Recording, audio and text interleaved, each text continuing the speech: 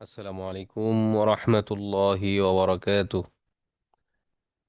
أعوذ بالله من الشيطان الرجيم.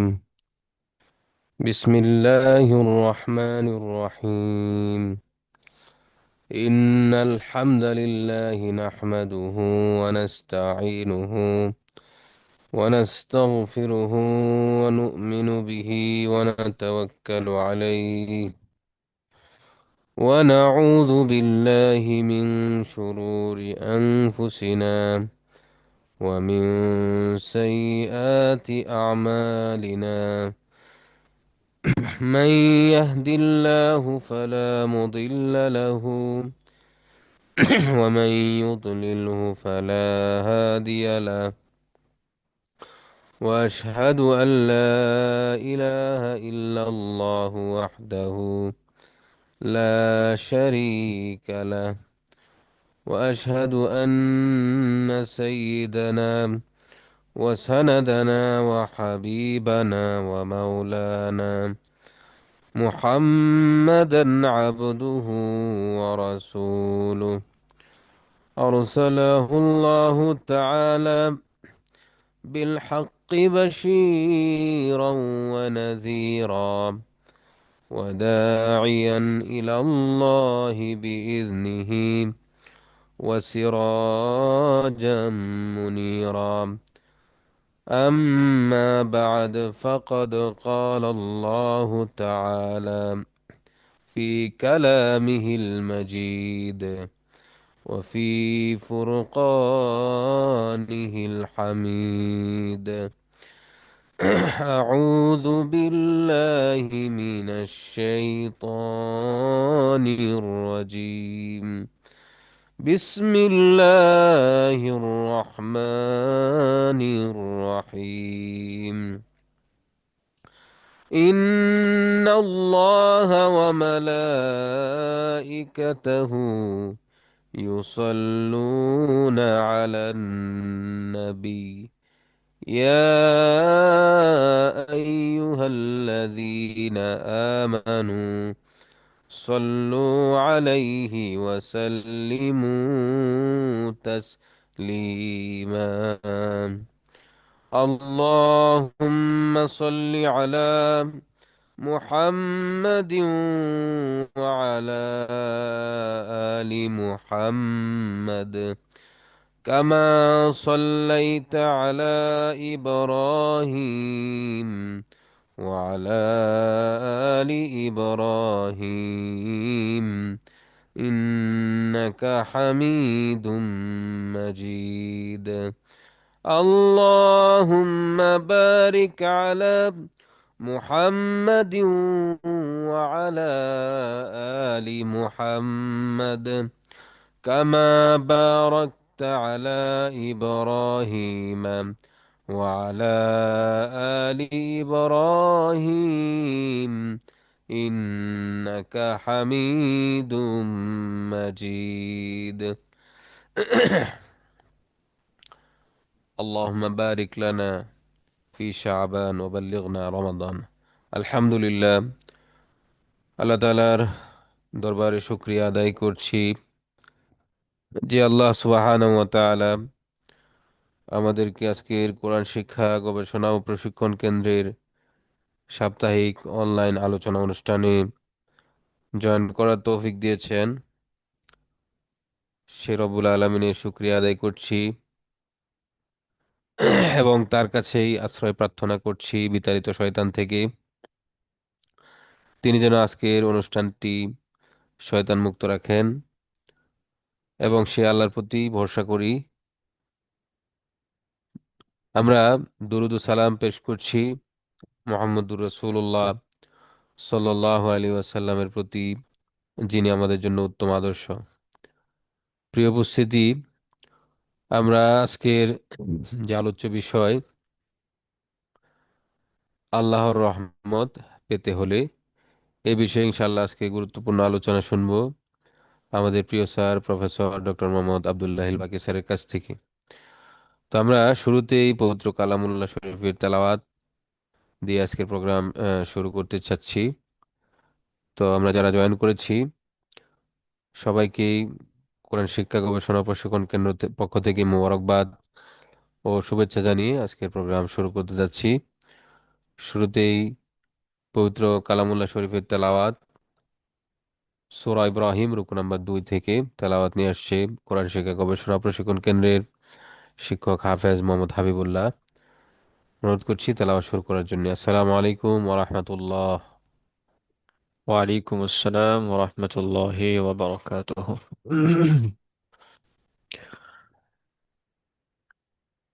আলহামদুলিল্লাহ, শুরু করছি সূরা ইব্রাহিম রুকু 2, 7 থেকে 12 নম্বর আয়াত পর্যন্ত তিলাওয়াত। أعوذ بالله من الشيطان الرجيم. بسم الله الرحمن الرحيم.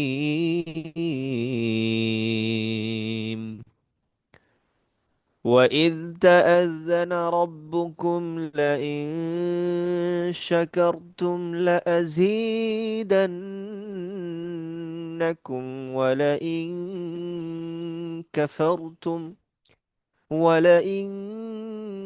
كفرتم إن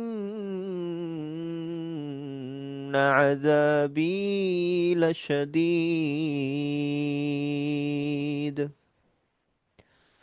وقال موسى إن تكفروا أنتم ومن في الأرض جميعا فإن الله لغني حميد. ألم يأتكم نبأ الذين من قبلكم قوم نوح وعاد وثمود والذين من بعدهم لا يعلمهم إلا الله.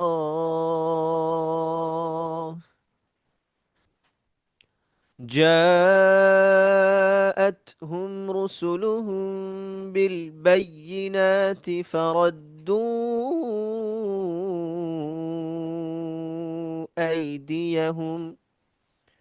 فردوا أيديهم في أفواههم وقالوا إنا كفرنا بما أرسلتم به وإنا لفي شك مما تدعوننا إليه مريب. قالت رسلهم أفي الله شك فاطر السماوات والأرض يدعوكم ليغفر لكم من ذنوبكم ويؤخركم إلى أجل مسمى. قالوا إن أنتم إلا بشر مثلنا تريدون أن تصدونا عما كان يعبد آباؤنا فأتونا بسلطان مبين. قالت لهم رسلهم إن نحن إلا بشر مثلكم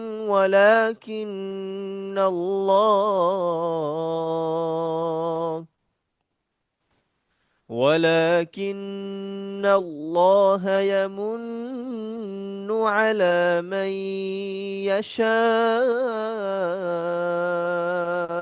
من عباده وما كان لنا أن نأتيكم بسلطان إلا بإذن الله وعلى الله فليتوكل المؤمنون وما لنا ألا نتوكل على الله وقد هدانا سبلنا ولنصبرن على ما آذيتمونا وعلى الله فليتوكل المتوكلون صدق الله العظيم আলহামদুলিল্লাহ। আমরা শুনছিলাম সূরা ইব্রাহিম রুকু 2 এর তিলাওয়াত। আমরা অনুবাদ শুনব 7 থেকে 12 আয়াত। স্মরণ করো যখন তোমাদের প্রতিপালক ঘোষণা করেন, তোমরা কৃতজ্ঞ হলে তোমাদেরকে অবশ্যই অধিক দিব, আর অকৃতজ্ঞ হলে অবশ্যই আমার শাস্তি হবে কঠোর। মুসা বলেছিল, তোমরা এবং পৃথিবীর সকলেই যদি অকৃতজ্ঞ হও, তথাপি আল্লাহ অভাবমুক্ত এবং প্রশংসা। তোমাদের নিকট কি সংবাদ আসেনি তোমাদের পূর্ববর্তীদের, নূহের সম্প্রদায়ের, আদের ও সামুদের এবং তাদের পরবর্তীদের? তাদের বিষয়ে আল্লাহ ব্যতীত অন্য কেউ জানে না। তাদের নিকট স্পষ্ট নিদর্শন সহ তাদের রসূল এসেছিল।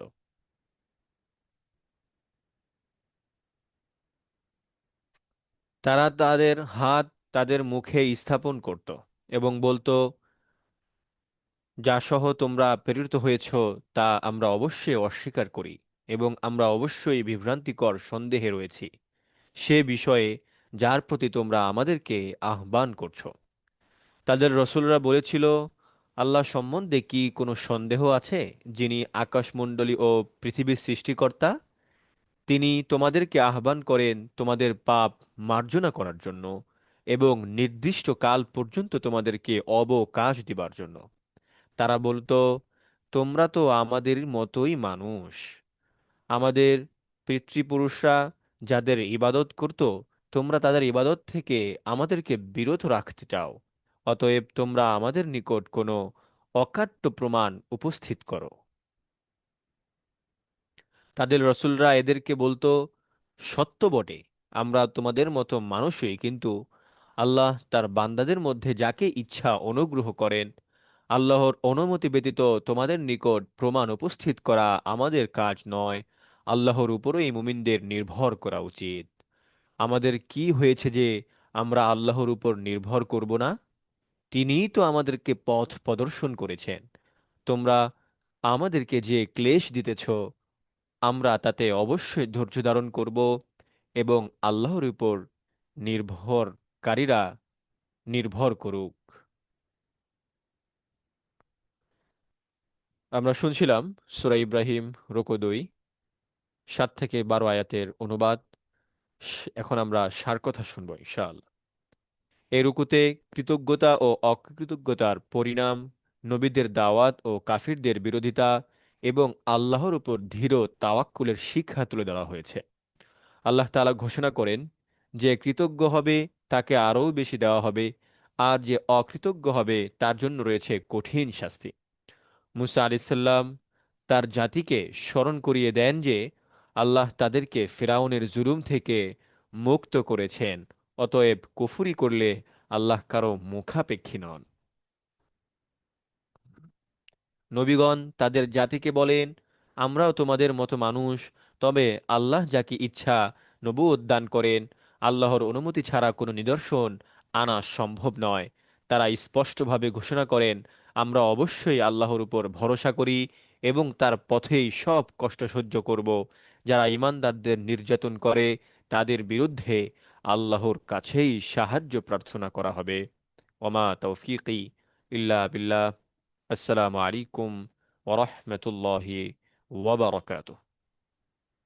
ওয়ালাইকুম আসসালাম ওয়া রাহমাতুল্লাহি ওয়া বারাকাতুহু। আলহামদুলিল্লাহ, আমরা শুনছিলাম সূরা ইব্রাহিম রুকু নাম্বার 7 এর তেলাওয়াত, অনুবাদ এবং সারকথা। এই পর্যায়ে আমরা একটি ইসলামিক নাশিদ শুনবো, তারপরে আমরা আজকের মূল আলোচনা আল্লাহর রহমত পেতে হলে সে আলোচনা শুনবো আমাদের প্রিয় স্যারের কাছ থেকে ইনশাআল্লাহ।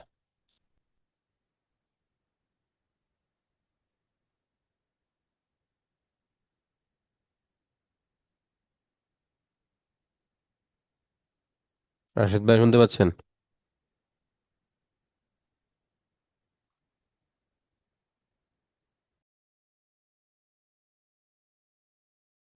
হে খোদা দয়াময় রহমান ও রাহিম, হে বিরাট হে মহান, হে অনন্ত অসীম। হে খোদা দয়াময় রহমান ও রাহিম, হে বিরাট হে মহান, হে অনন্ত অসীম। নিখিল ধরণীর তুমি অধিপতি, নিখিল ধরণীর তুমি অধিপতি। তুমি নিত সত্য পবিত্রতি, চির অন্ধকারে তুমি ধ্রুব জ্যোতি। তুমি সুন্দর মঙ্গল মহামহিম, হে খোদা দয়াময় রহমান ও রহিম, হে বিরাট হে মহান, হে অনন্ত অসীম। তুমি মুক্ত স্বাধীন বাধা বন্ধনহীন, তুমি মুক্ত স্বাধীন বাধা বন্ধনহীন। তুমি এক, তুমি অদ্বিতীয় চিরদিন। তুমি সৃজন পালন ধ্বংসকারী, তুমি অবয় অক্ষয় অনন্ত আদিম। হে খোদা দয়াময় রহমান ও রহিম, হে বিরাট হে মহান, হে অনন্ত অসীম। আমি গুনাহগার,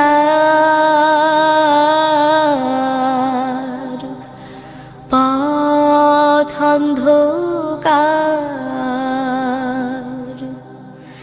জালো নূরের আলো নয়নে আমার। আমি চাই না কবে চার, আমি চাই না বিচার।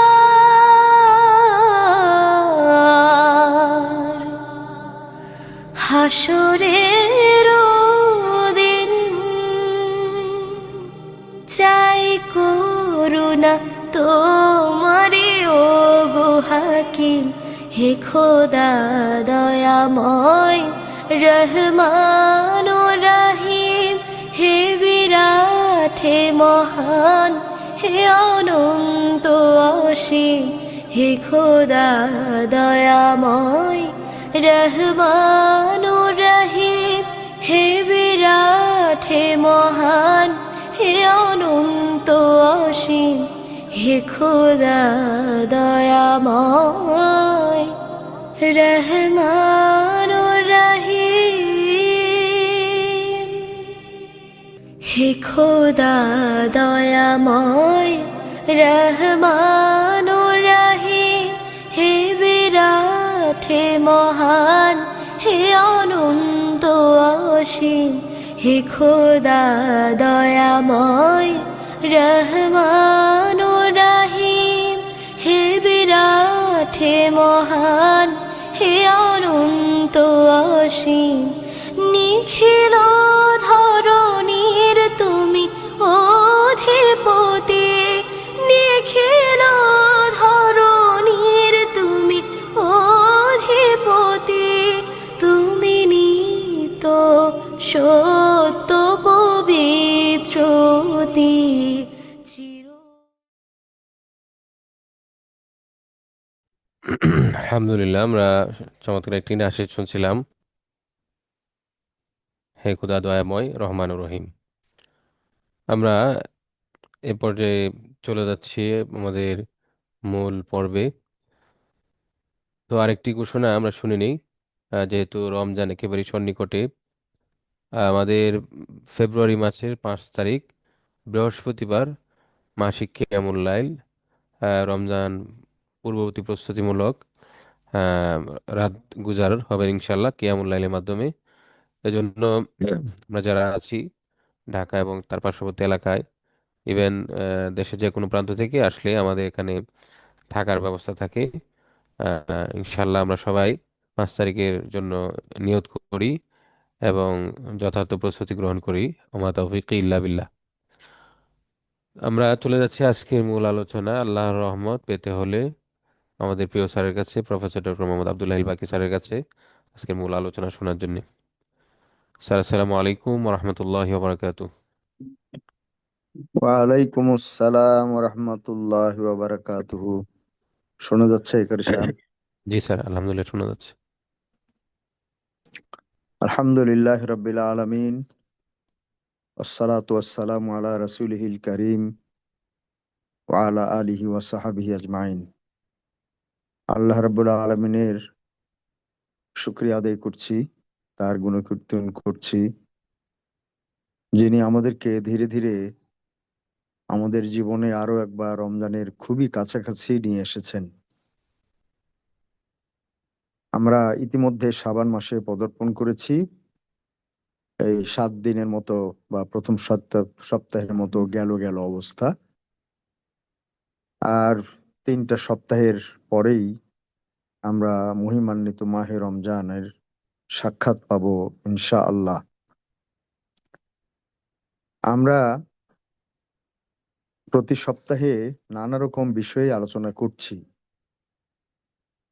গত সপ্তাহে আমরা মেরাজ নিয়ে আলোচনা করেছি এবং তাতে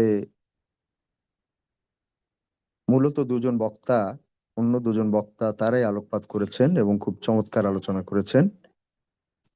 আমি যে বিষয়টা মেরাজ সম্পর্কে বলার কথা চিন্তা করেছিলাম, আল্লাহর নিদর্শন সম্পর্কে, সেইটা আমি জাস্ট একটু ভূমিকা দিয়েছিলাম মাত্র। আমার ইচ্ছা ছিল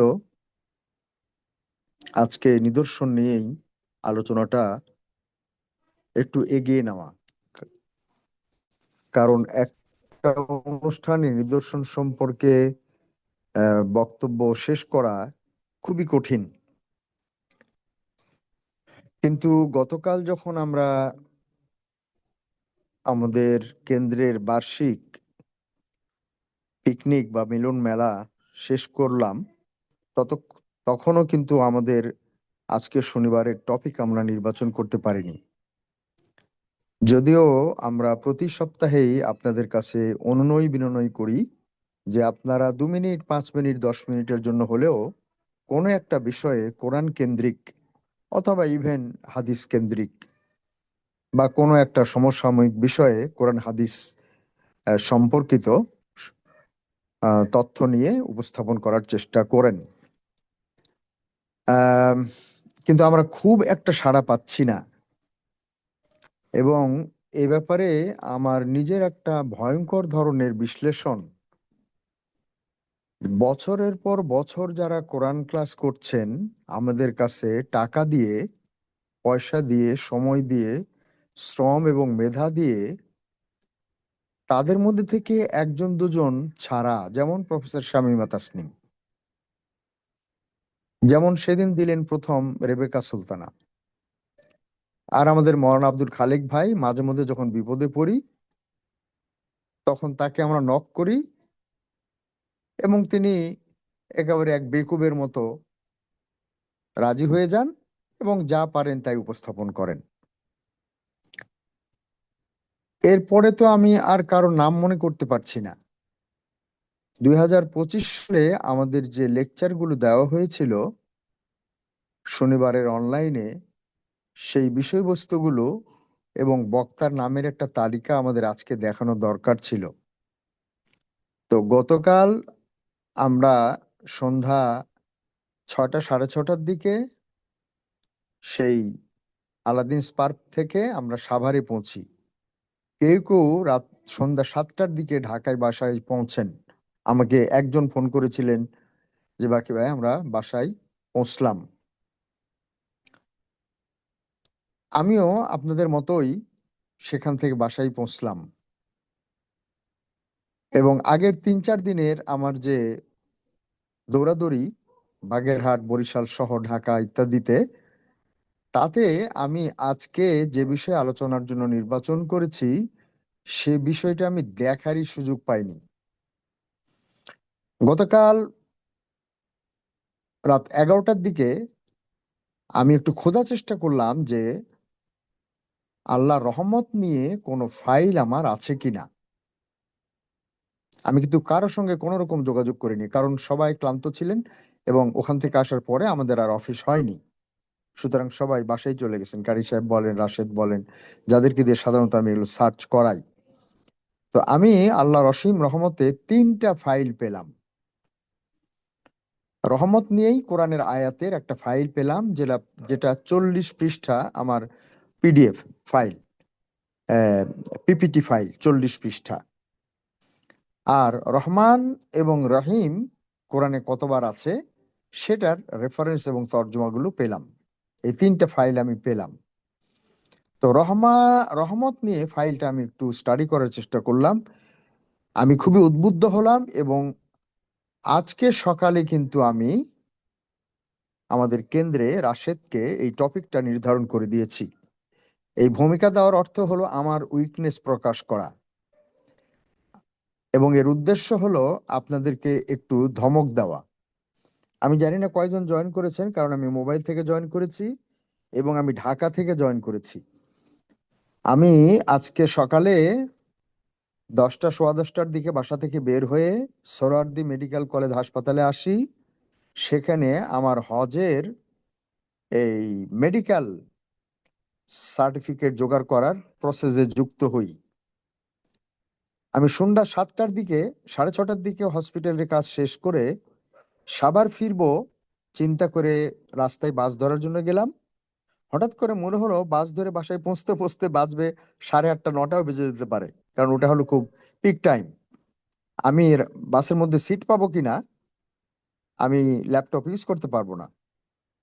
তখন আমি হঠাৎ করেই সিদ্ধান্ত নিলাম নাসিরুদ্দিনের সঙ্গে আলাপ করে যে আমি ঢাকায় আমার মানিক মিয়া এভিনিউতে পাঠ গবেষণা আমার মেয়ের বাসা, ওখান থেকে আমি 10 15 20 মিনিট বা ম্যাক্সিমাম আধা ঘন্টার মধ্যে এখানে চলে আসতে পারবো। এবং আমি যদি 1 ঘন্টা সময় পাই তাহলে আমি ওই রহমতের ফাইলটা একটু দেখে একটু অর্গানাইজ করার চেষ্টা করতে পারবো। মানে আপনাদের সঙ্গে তো একটু গল্প করার মতো করে বলতে পারবো, আদারওয়াইজ প্রোগ্রামটা আজকে ফ্লপ করবে। এটা আমার বাদ দিতে হবে, কিছুই বলতে পারবো না।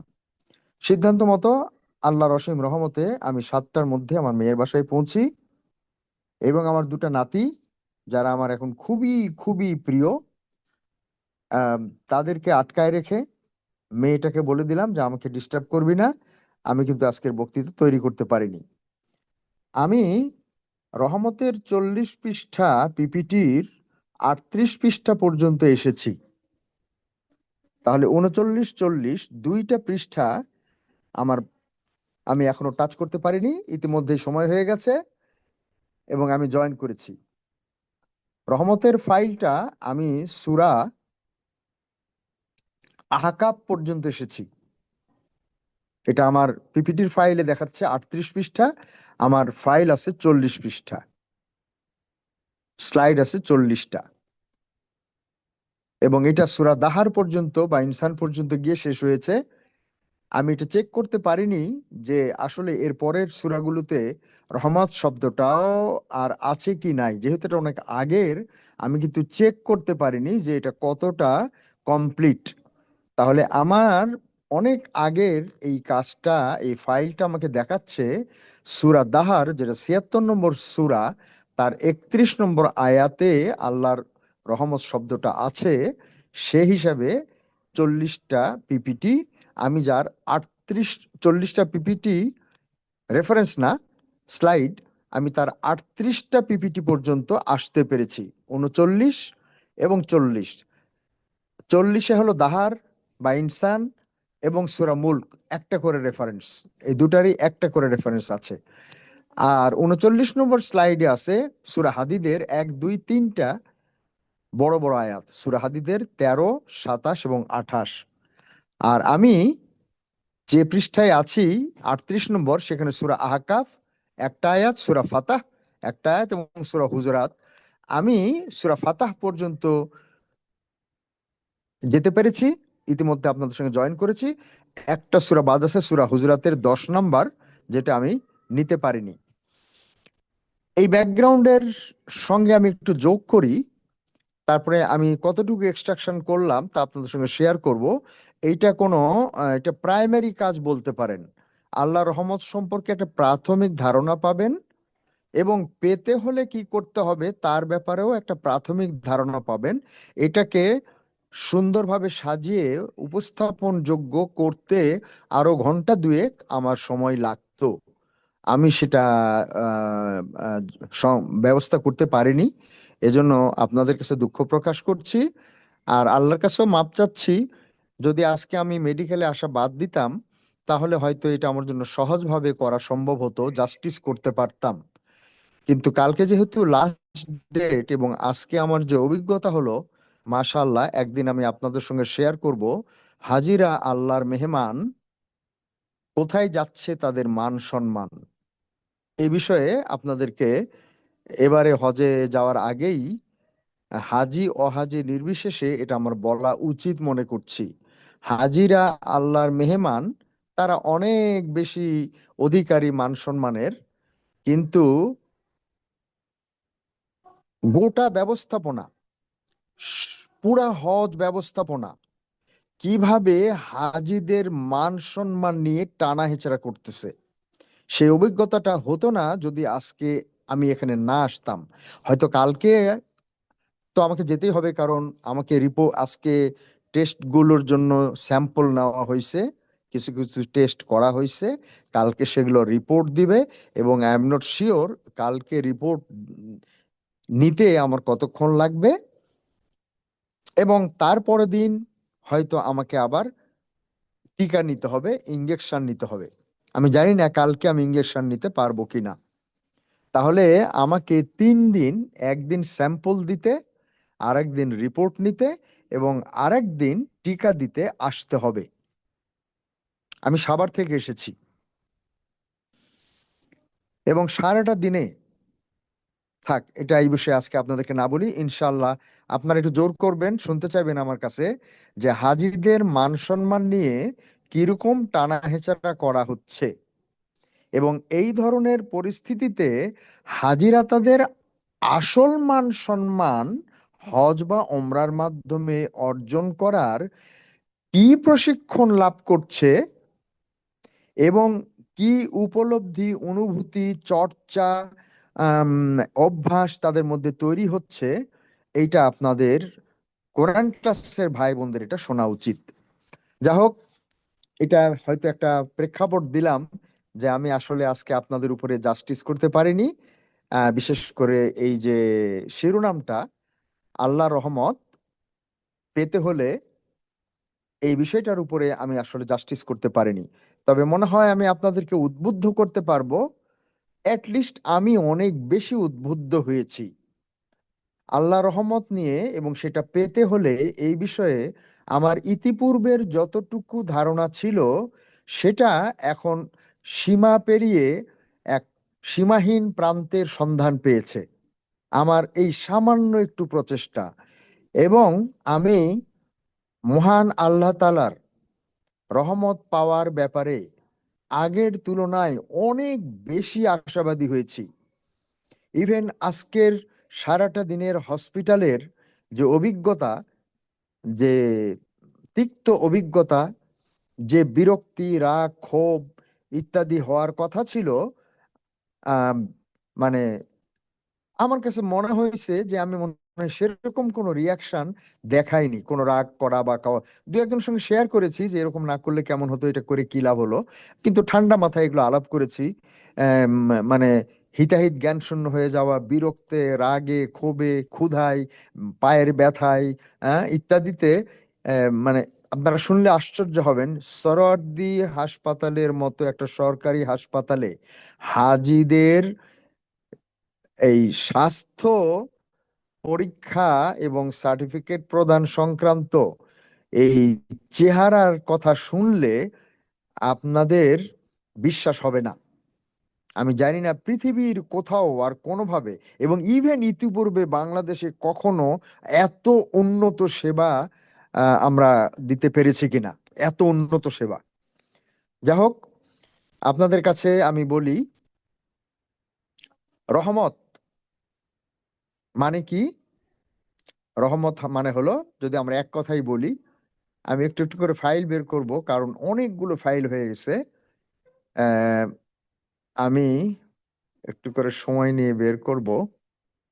আহ রহমত মানে দয়া, অনুগ্রহ, করুণা, ভালোবাসা, সহযোগিতা, এই অনেক অর্থ হতে পারে রহমতের। প্রত্যেকটা মানুষ, ইভেন গোটা সৃষ্টি জগৎ নানাভাবে নানা জনের কাছে এই রহমত প্রত্যাশা করে। আবার আমাদের কাছেও অনেকেই রহমত প্রত্যাশা করে। আপনার ঘরের বিড়াল যদি থাকে, সেও আপনার কাছে একটা রহমত প্রত্যাশা করে। কাজের বুয়া, আপনার ড্রাইভার, ছেলে মেয়ে, স্বামী স্ত্রী, বাবা মা, ভাই বোন, আত্মীয় স্বজন, কর্মচারী, গ্রামবাসী, মসজিদের মুসল্লি, ইমাম, মুয়াজ্জিন হুজুর, মসজিদ কমিটি, হ্যাঁ, সমাজসেবী সংস্থা, সংগঠন ইত্যাদি, কত রকমের দয়া এবং করুণা প্রত্যাশা, কতজনের কাছে কত ভাবে। আমিও, আমার কাছে যেমন মানুষ প্রত্যাশা করে, আমিও কতজনের কাছে কত রকমের দয়ার প্রত্যাশী। ইনফ্যাক্ট দয়া যদি না পাইতাম, তাহলে আমার অস্তিত্ব লাভ থেকে শুরু করে পৃথিবীতে আসা, বাবা মা পাওয়া এবং লালিত পালিত হওয়া, তারপরে স্ত্রী পাওয়া, সন্তানাদি পাওয়া, তারপরে চাকরি বাকরি পাওয়া, লেখাপড়া করা, চাকরি বাকরি পাওয়া, প্রমোশন পাওয়া, ইত্যাদি ইত্যাদি, অনেক বড় কিছু হওয়া, বাড়ি ঘর হওয়া, সবকিছু, সবকিছুর পেছনে মৌলিক বিষয়টা কিন্তু হলো দয়া, রহমত। কারো না কারো কন্ট্রিবিউশন, কারো না কারো দয়া বা রহমত। সুতরাং আমাদের চারপাশে আমরা অনেকের কাছেই রহমত বা দয়া প্রত্যাশা করি। একইভাবে আমার কাছেও চারপাশের অনেকেই নানাভাবে আমার কাছে রহমত প্রত্যাশা করে। এই যে আমাদের চারপাশের জানাশোনা, ধরা যায়, ছোঁয়া যায়, বলা যায়, অনুরোধ করা যায়, হাত ধরা যায়, পা ধরা যায়, কান্না করা যায়, এবং এরকম ভাবে তাদেরও প্রতিক্রিয়া দেখা যায়, এর কোনোটাই কিন্তু স্থায়ী নয়। আমার বাবা মা আমাকে কখন দয়া করার সুযোগ পেলেন, তার আগে আমাকে কে দয়া করেছিল? আমার বাবা মার কাছ থেকে দয়া পাওয়া শেষ হওয়ার আগেই আমার বাবা মা তো পৃথিবী থেকে চলে গেলেন। আমার এখন মনে হয়, আমার বাবা মা যদি আজও বেঁচে থাকতেন, সেই 2006 সালে মারা গেলেন আমার বাবা মা, 20 বছর হয়ে গেল, যদি এখনো বেঁচে থাকতেন, আমি এখনো তাদের কাছ থেকে দয়া পেতে থাকতাম, যেটা আমি হয়তো তখন পাইওনি, এখন থাকলে আমি এটা পেতাম। তখন পাইনি কারণ তাদের দোষ না, হয়তোবা আমার দুর্বলতা ছিল। তারা চলে যাওয়ার আগে তাদের কাছ থেকে কেমন দয়া কিভাবে নিতে হয় এটা আমি অত মূল্যায়নই করতে পারিনি। অনেক কিছু নেওয়া উচিত ছিল, পাওয়া উচিত ছিল, কিন্তু আমি নিতে পারিনি, নেইনি। এখন মনে হচ্ছে ডিউ টু দেয়ার অ্যাবসেন্স আমি তো অনেক কিছুই নিতে পারতাম, কিন্তু আমি নিইনি। কিন্তু এখন যতই চেষ্টা করি না কেন আমি তাদের কাছ থেকে সেই দয়া, সেই রহমত, সেই করুণা আমি নিতে পারছি না। দেখেন ভূমিকা কত লম্বা হয়ে যাচ্ছে। তাহলে আমাদের ইন্টারাকশন যেটা, সৃষ্টি জগতে দয়া বা রহমতের যে ইন্টারাকশন, সেটা ক্ষণস্থায়ী, সেটা শুরু আছে, সেটা শেষ আছে। এখন আমরা একটু দেখি, আজকের টপিকটা হলো আল্লাহর রহমত। আমরা একটু দেখি সৃষ্টি জগতের প্রতি আল্লাহর রহমত কেমন, এবং পার্টিকুলারলি মানুষ হিসাবে আমাদের প্রতি আল্লাহর রহমত বা দয়া আমরা কেউ বিশ্লেষণ করেছি কিনা কখনো। আমরা তো মানুষ, মানুষের প্রতি দয়া, এবং সৃষ্টি জগতের আরো অনেকে আমাদের প্রতি যে দয়া করে, করুণা করে, সার্ভিস দেয়, আমরাও অনেকের জন্য সার্ভিস দেই, এগুলা কিন্তু কখনো তেমন ভাবে বিশ্লেষণ করা হয় না।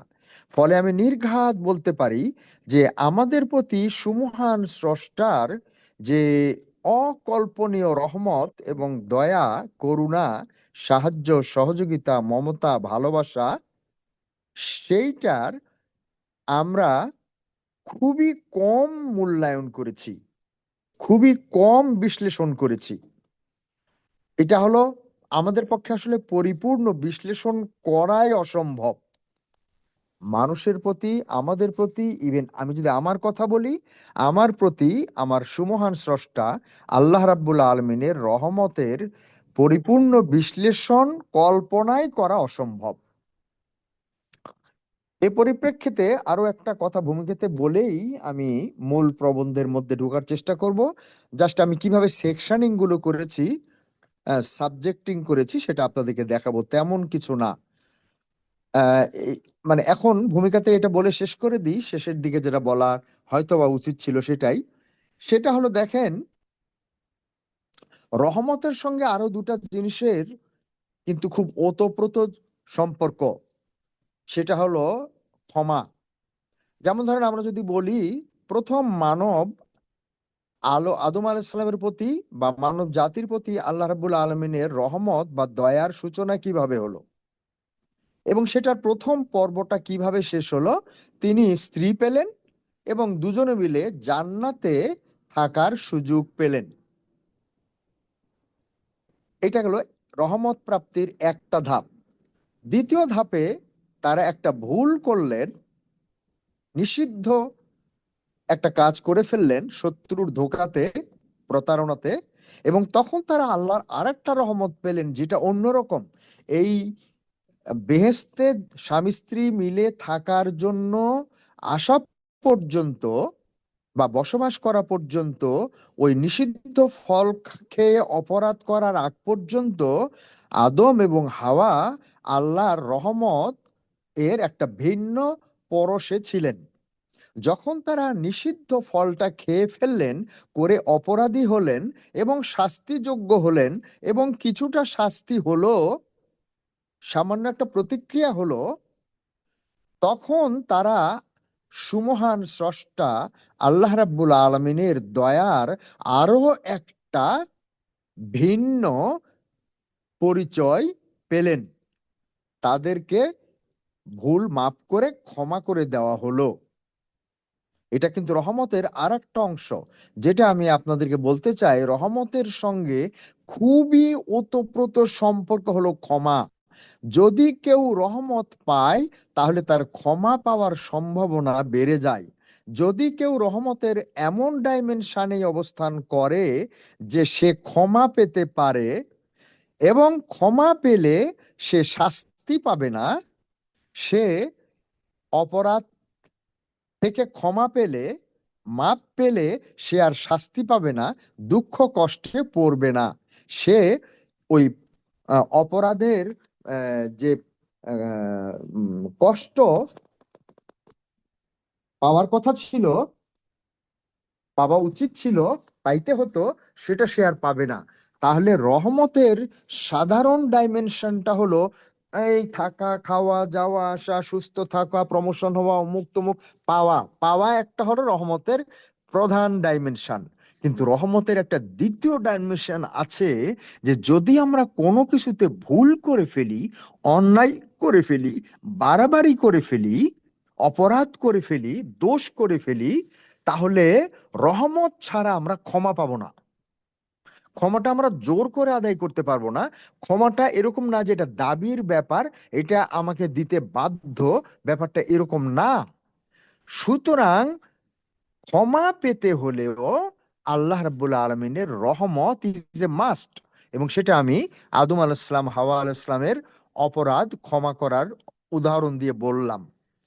এবং সে কারণে তাদেরকে কিন্তু দোজকে নিক্ষেপ করা হয়নি ভুল করার পরেও, বরং তাদেরকে দ্বিতীয়বার সুযোগ দেওয়া হয়েছে, যারা পৃথিবীতে এসে তারা যদি অন্যায় না করে বা অন্যায় করলে একইভাবে ক্ষমা পাওয়ার মতো আচরণ করে, আল্লাহর রহমত পেয়ে ক্ষমা প্রাপ্ত হয়, তাহলে তাদেরকে আবার ওই জান্নাতে ফেরত নেওয়া হবে, যেখানে তাদের আর কোনো শাস্তি থাকবে না, শুধু সুখ থাকবে, কোনো কষ্ট দুঃখ থাকবে না।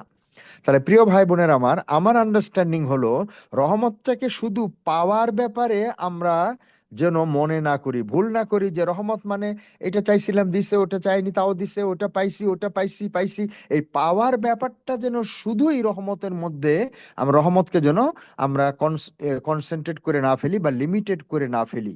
আমরা অবশ্যই রহমতকে দ্বিতীয় একটা ডাইমেনশনে নেওয়ার চেষ্টা করব, চিন্তা করব অবশ্যই, যে আমাদের যদি কোনো ভুল হয়, আমরা যদি কোনো অন্যায় করি, তাহলে সেখানে ওই অন্যায় থেকে বাঁচার জন্য, মাপ পাওয়ার জন্য, অন্যায়ের খেসারত দেওয়া থেকে বাঁচতে হলে আমাকে ক্ষমা পাইতে হবে। এবং ক্ষমাটা দাবি করে জোর করে আদায় করা যাবে না। যদি আল্লাহ দয়া করেন, রহম করেন, তাহলেই আমরা ক্ষমা পাবো। আর যদি আমরা ক্ষমা পাই, রহমত যদি পাই, তাহলে ক্ষমা পাবো। যদি ক্ষমা পাই, তাহলে অপরাধের জন্য যে সুনির্দিষ্ট শাস্তি আমার ভোগ করার কথা ছিল, সেটা আমি ভোগ করতে হবে না, আমি তার থেকে বাঁচতে পারবো। এই পর্যায়ে একটু সংক্ষেপ করে আরেকটা পর্যায়ে যাচ্ছি, সেটা হলো আমাদের সামনে আসছে রমজান মাস। আমি ভূমিকাতেই বলেছি, আর মাত্র কয়েকদিনের ব্যবধানে আমরা রমজান পাবো। রাসূলুল্লাহ সাল্লাল্লাহু আলাইহি ওয়াসাল্লামের বিশুদ্ধ হাদিস থেকে আমরা জানতে পারি, রমজানের এই তিনটা গুণাবলী আছে। একটা হলো রহমতের মাস, একটা হলো ক্ষমার মাস, আর একটা হলো জাহান্নাম থেকে মুক্তির মাস। সুবহানাল্লাহ! আমি এই কাজটা করতে গিয়ে বলতে পারি আপনাদের কাছে, আমার জীবনের প্রথম কামিং রমাদান নিয়ে আমার অন্য রকমের স্বপ্ন তৈরি হয়েছে। রমাদান আমার কাছে এখন শুধুই রহমতের মাস না, যদি আমরা এটা জানি, কিন্তু আমি অন্তত এইভাবে কখনো বিশ্লেষণ করিনি যে রমজান শুধুই রহমতের মাস না, রমজান এমন রহমতের মাস, যে রহমত আমাকে ক্ষমার দিকে নিয়ে যাবে। আমার বিগত বছরের, এমনকি সারাটা জীবনের সমস্ত অপরাধ ক্ষমা করার মতো এত পটেনশিয়াল, এরকম ডাইমেনশনের রহমত নিয়ে আসতেছে রমজান। এবং সেই জন্যই রসুল সাল্লাল্লাহু আলাইহি সাল্লাম বলেছেন যে এই রকমের কমপ্লিট রহমতের মাস পাওয়ার পরেও যারা গুনাহ খাতা মাফ করে নিতে পারবে না, তারা হতভাগা, এবং তাদের উপরে আল্লাহ, জিব্রাইল ফেরেশতা এবং মুহাম্মদ সাল্লাল্লাহু আলাইহি সাল্লামের অভিশাপ, লানত। এখন এই তিনজনের এই লানত নিয়ে আপনাদের সবাই সহ গোটা পৃথিবীর উম্মতে মুসলিমা, রমজান পালন করবেন যারা, করেন যারা, ইভেন রমজানে যারা ওমরা করবেন, রমজানের পরে যারা হজ করবেন, সবার কাছে প্রশ্ন, এমনকি মানব জাতির কাছে প্রশ্ন, রমজান ব্যর্থ যদি হয় কোনোভাবে, তাহলে আর কি দিয়ে কম্পেনসেট করবেন? ডু ইউ থিঙ্ক আর কোনো উপায় আছে? নাই। সেই জন্যই রসুল সাল্লাল্লাহু আলাইহি সাল্লাম বলেছেন যে, এবং এটা হাদিসে কুদসি কিন্তু, সেজন্য রসুল সাল্লাল্লাহু আলাইহি সাল্লাম, আসলে আল্লাহ তাআলা বলেছেন যে তারা হলো চরম হতভাগা, তাদের উপরে আল্লাহ, জিবরাইল ফেরেশতা এবং মুহাম্মদ সাল্লাল্লাহু আলাইহি সাল্লামের লানত। তার মানে রহমত শূন্য। তার মানে কিন্তু তারা খাবার পাবেন না, বেঁচে থাকবেন না, ইত্যাদি ইত্যাদি হবে না, ব্যাপারটা এরকম না। তাহলে এটাও আমি শেষ করলাম সংক্ষেপে। আপনাদের কাছে আমি সহ এই আবেদন জানিয়ে যে এই রমজানকে যেন আমরা হেলায় খেলায় নষ্ট করে না দিই। যে রমজান আমাদের জন্য অনেক কিছু পাওয়ার মাস, অন্যদিকে আমাদের অপরাধসমূহ মাফ করে ক্ষমা পাওয়ার মতো রহমত নিয়ে আসবে। শুধু তাই না, অপরাধ ক্ষমা করার কারণে, এই অপরাধের কারণে আমাদের যে শাস্তি হওয়ার কথা ছিল, যে দুঃখ কষ্টের মধ্যে পড়ার কথা ছিল, সেটাও মওকুফ হয়ে যাবে। এবং আমাদেরকে গ্যারান্টি দেওয়া হয়েছে যে আমরা জান্নাতে অবস্থান করব রমজান যদি সফল করতে পারি। এবং আল্লাহ রাব্বুল আলামিন রোজাদারদের সঙ্গে সেই রকমের মোলাকাত করবেন, যে রকমের মোলাকাত আল্লাহর প্রিয় বান্দাদের প্রত্যাশা। তাহলে সেই রমজান যেন কোনোভাবেই ব্যর্থ না হয়। কারণ রমজান ব্যর্থ হলে একদিকে জাহান্নাম থেকে বাঁচা যাবে না, ক্ষমা পাওয়া যাবে না, রহমত পাওয়া যাবে না। আল্লাহ রহমত সম্পর্কে আলোচনার জন্য রমজানকে সামনে রেখে অনেক বিস্তারিত আলোচনা হওয়া উচিত, যেন আমরা সামান্যতম রহমতও আনইউটিলাইজড বা মিস ইউটিলাইজেশনে না থাকে। সামান্যতম রহমতও যেন আমরা, রমজানের সামান্যতম রহমতও যেন আমরা মিস না করি। সেই হিসাবে আমাদের আজকের এই আলোচনা শাবান মাসের এই প্রথম সপ্তাহে খুবই গুরুত্বপূর্ণ বলে মনে করি। যদিও আমি এই ব্যাপারে আজকে শেষ করতে পারবো না, শুরু করতে পারলাম। আহ আমরা দরুদ পড়ে রহমত পাই। দেখেন, একবার দরুদ পড়লে 10টা রহমত পাওয়া যায়। এরকম কত হাদিস আমরা জানি। আমরা নামাজ পড়লে রহমত পাই, কোরআন পড়লে রহমত পাই, কত কিছু পড়ে রহমত পাই। আচ্ছা, এত রহমত যে মুসলমানেরা দিন রাতে পায়, প্রতিদিন পায়, প্রতি মাসে পায়, সপ্তাহে পায়, জুম্মার দিন পায়, এত রহমত যায় কোথায়? এটা দ্বিতীয় একটা ডায়ালগ আপনাদের সঙ্গে শেয়ার করছি, বা তৃতীয় ডায়ালগ মনে করতে পারেন। এই প্রশ্নটা মনে রাখবেন এবং এটার বিশ্লেষণ বের করার চেষ্টা করবেন। আমিও চেষ্টা করব। আজকে এটা আমি ব্যাখ্যা করতে পারবো না।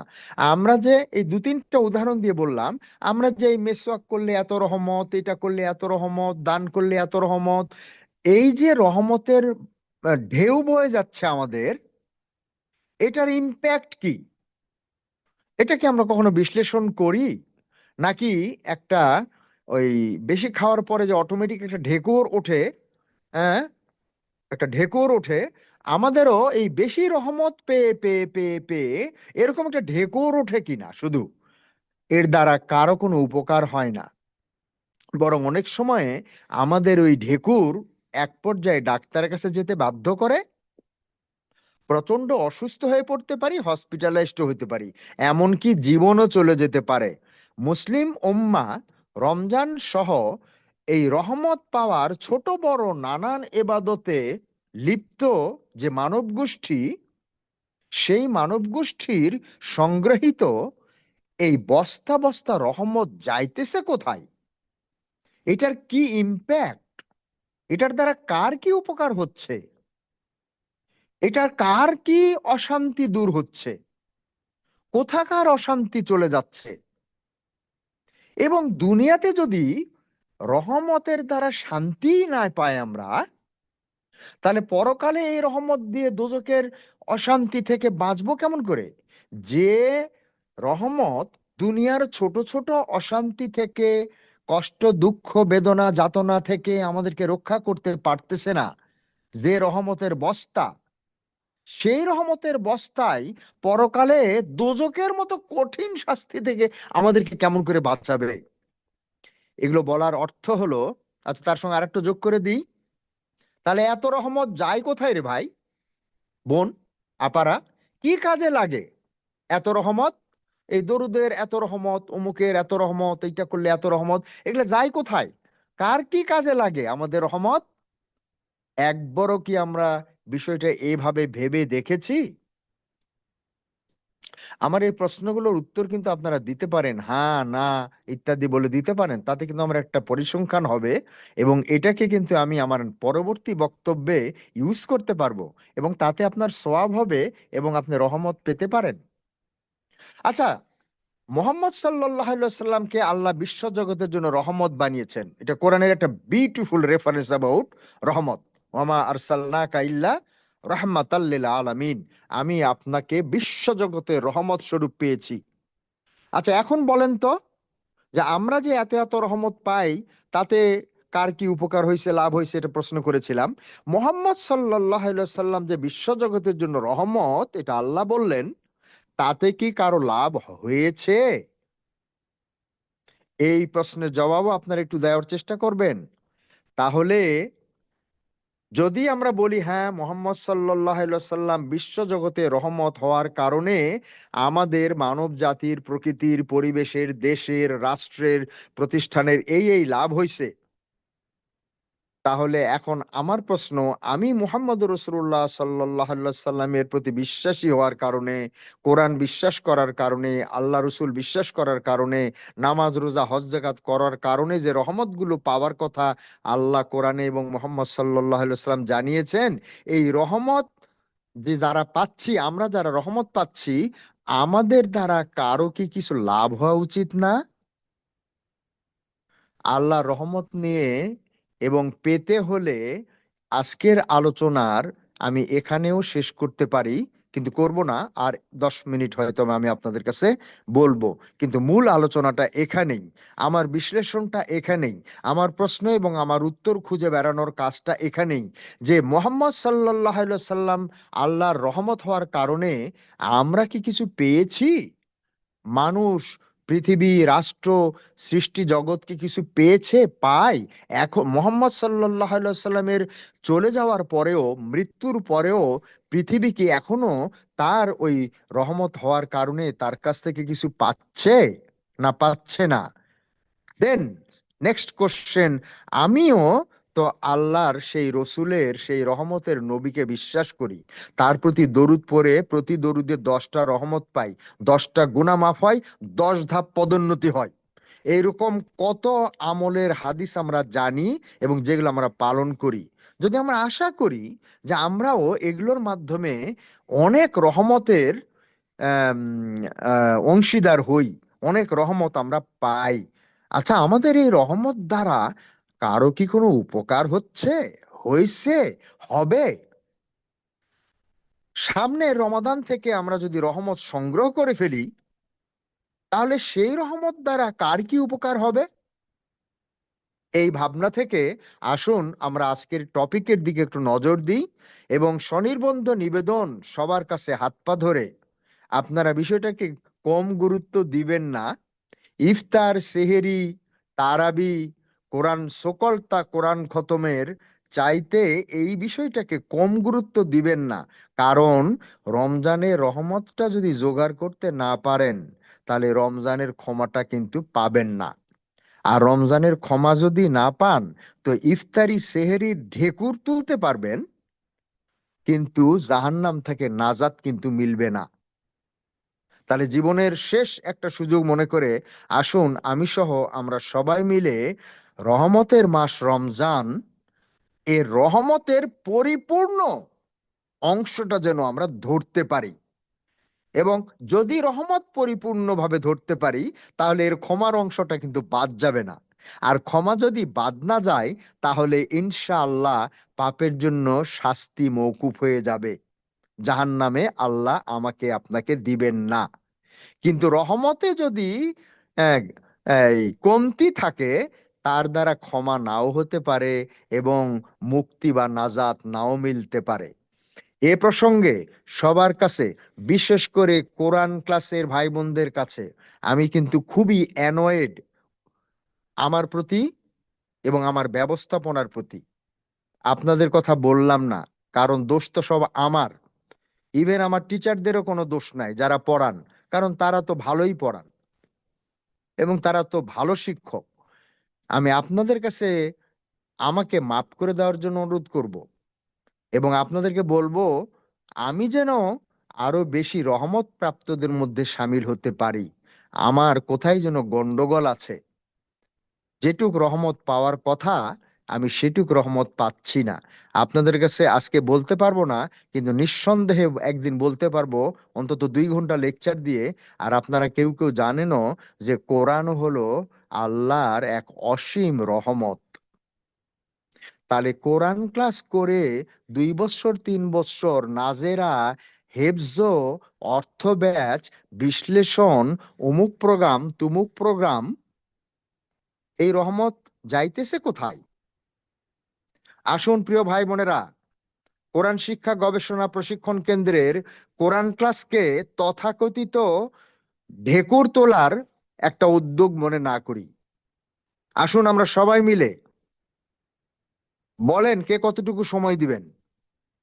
আমি ইনশাআল্লাহ আগামীকাল পরশুর মধ্যেই রমজান সফল করার ব্যাপারে কেন্দ্র এবং বিশেষ করে কেন্দ্রের বিভিন্ন কোর্সের শিক্ষার্থীদেরকে কাজে লাগার আহ্বান জানাবো। আমি আহ্বান জানাবো, আমি ব্যবস্থাপনা করব, আমি সবকিছু করার চেষ্টা করব আমার অ্যাবিলিটি অনুযায়ী, যেন আল্লাহ আমাকে না ধরেন। যদি আপনারা শরিক না হন, ইটস আপ টু ইউ। আপনি যদি তাহাজ্জুদ পড়ে আল্লাহকে খুশি করতে পারেন আর কিছু করতে না হয়, তো খামাখা ঝামেলার দরকার কি? বাগেরহাট যাওয়ার দরকার কি? আর বরিশাল যাওয়ার দরকার কি? আর চিড়িয়াং নিয়ে চিন্তা করার দরকার কি? রিকশাওয়ালার রমজান কেমন হবে আপনার ভাবার দরকার কি? আপনি তো রহমত দিয়ে ভরে ফেলতেছেন। হ্যাঁ, আপনার এই রহমত প্রাপ্তিতে রিকশাওয়ালার কিছু যায় আসে? আপনার এই রমজান সাফল্যে কি বিচারক মণ্ডলীর কিছু যায় আসে? বিচারক মণ্ডলীর রমজান কেমন হবে, সচিবদের রমজান কেমন হবে, উপদেষ্টা মণ্ডলীর রমজান কেমন হবে, এবং আরো ফরচুনেট বলবো না আনফরচুনেট বলবো, 12 তারিখে আল্লাহ আল্লাহ করে যদি নির্বাচন হয়, তাহলে নতুন একটা ব্যবস্থাপনা আসবে। সেই ব্যবস্থাপকদের রমজান কেমন হবে, তারা কতটুকু রহমত কালেক্ট করতে পারবে, কতটুকু ক্ষমার মধ্যে ঢুকবে, এবং কতটুকু দোজক থেকে বাঁচার রাস্তার দিকে যাবে, নাকি আরো বেশি করে ওদিকে ঢুকবে, দোজকের দিকে বেশি আগাবে, ক্ষমা না পাওয়ার দিকে বেশি আগাবে, রহমত বিহীন হওয়ার দিকে বেশি আগাবে। শিক্ষক মন্ডলীর কি অবস্থা? বিশ্ববিদ্যালয়ের শিক্ষকরা রহমত দরকার, মাগফেরাত দরকার, জাহান্নাম থেকে বাঁচা দরকার। কি আয়োজন!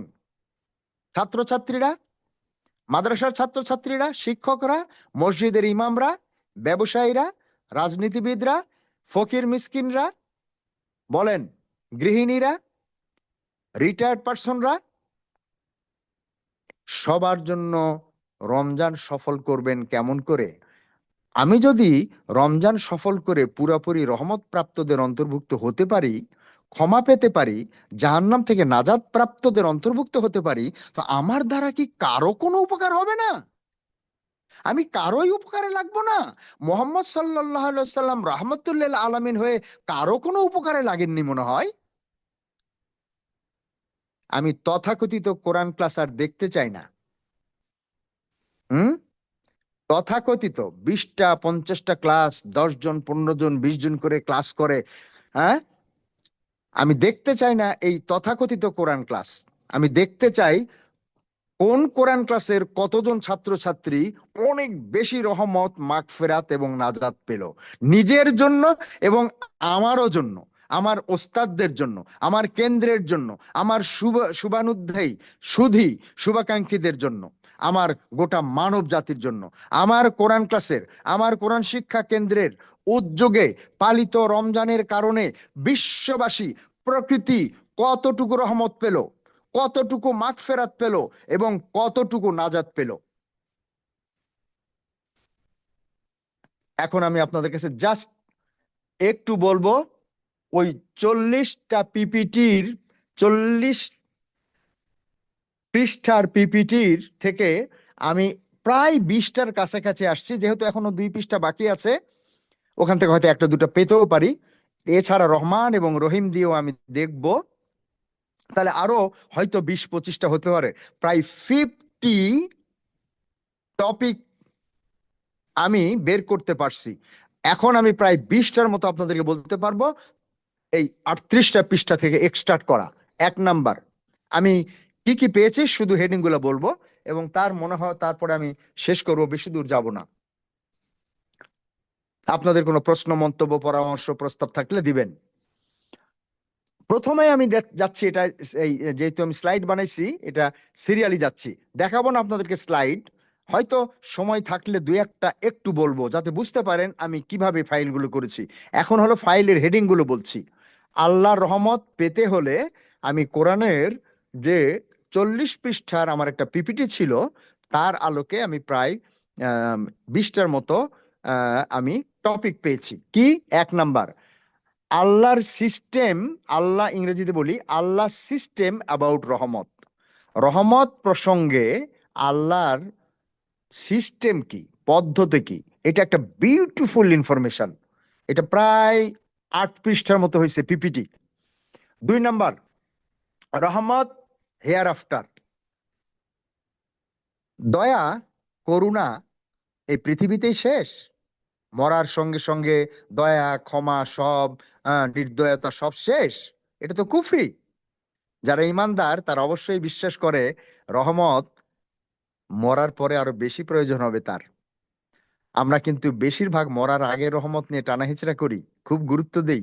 এখনো যদি বলি একটা প্রমোশন হবে, 2 রাত জাগতে হবে, এবং আপনার প্রমোশনটা হয়ে যাবে যদি কোরআন শিক্ষা কেন্দ্রে আসে 3 দিন থাকেন, 2,000 টাকা করে ডেলি দেন, প্রমোশনটা হবে। কয়জন বাদ যাবে বলেন? কেউ বাদ যাবে? প্রমোশন প্রার্থী যারা আছে সমাজের বিভিন্ন স্তরের, যদি বলি যে কোরআন শিক্ষা কেন্দ্রে এসে 2 দিন 3 দিন থাকলে আপনার প্রমোশনটা সুনিশ্চিত, গ্যারান্টি, কে বাদ যাবে? যদি বলি ওইখানে গেলে 2 লাখ টাকা পাওয়া যাবে, এটাকে কে রহমত হিসেবে নিবে না? এবং তখন আমি যদি একটা সূরা পড়তে বলি, 1 খতম কোরআন পড়তে বলি, সবাই পড়বে, if there is a guarantee. আমাকে যদি তারা বিশ্বাস করে, এটা সবাই করবে। কিন্তু মৃত্যুর পরেও যে রহমত লাগবে, সেই রহমতের কথা রেসপন্স করার মতো কে আছে? আমি তো সেই রকমেরই একটি আহ্বান জানিয়েছি। আসুন এবারে রমজানটাকে আমরা পরিপূর্ণ রহমত, মাগফিরাত এবং নাজাত পাওয়ার মাস হিসেবে উদযাপন করার চেষ্টা করি। এবং আমি সহ অতীত জীবনে আমরা যেভাবে করেছি সেভাবে করলে কিন্তু আপনি পুরোপুরি পাবেন না, কারণ অতীতে তো আমি অন্তত পুরোপুরি পাইনি। আর আমার দ্বারা কারো কোনো লাভ হয়েছে কিনা, আমার কারণে কেউ রহমত পাইছে কিনা, আমার কারণে কেউ ক্ষমা পাইছে কিনা, আমার কারণে কেউ জাহান্নাম থেকে নাজাত পাওয়ার পথটা দেখছে কিনা, নাকি আমি কোরআন খতম করছি, আমি সূরা মুখস্থ করছি, আমি তাহাজ্জুদ পড়ছি, আমি তারাবি পড়ছি।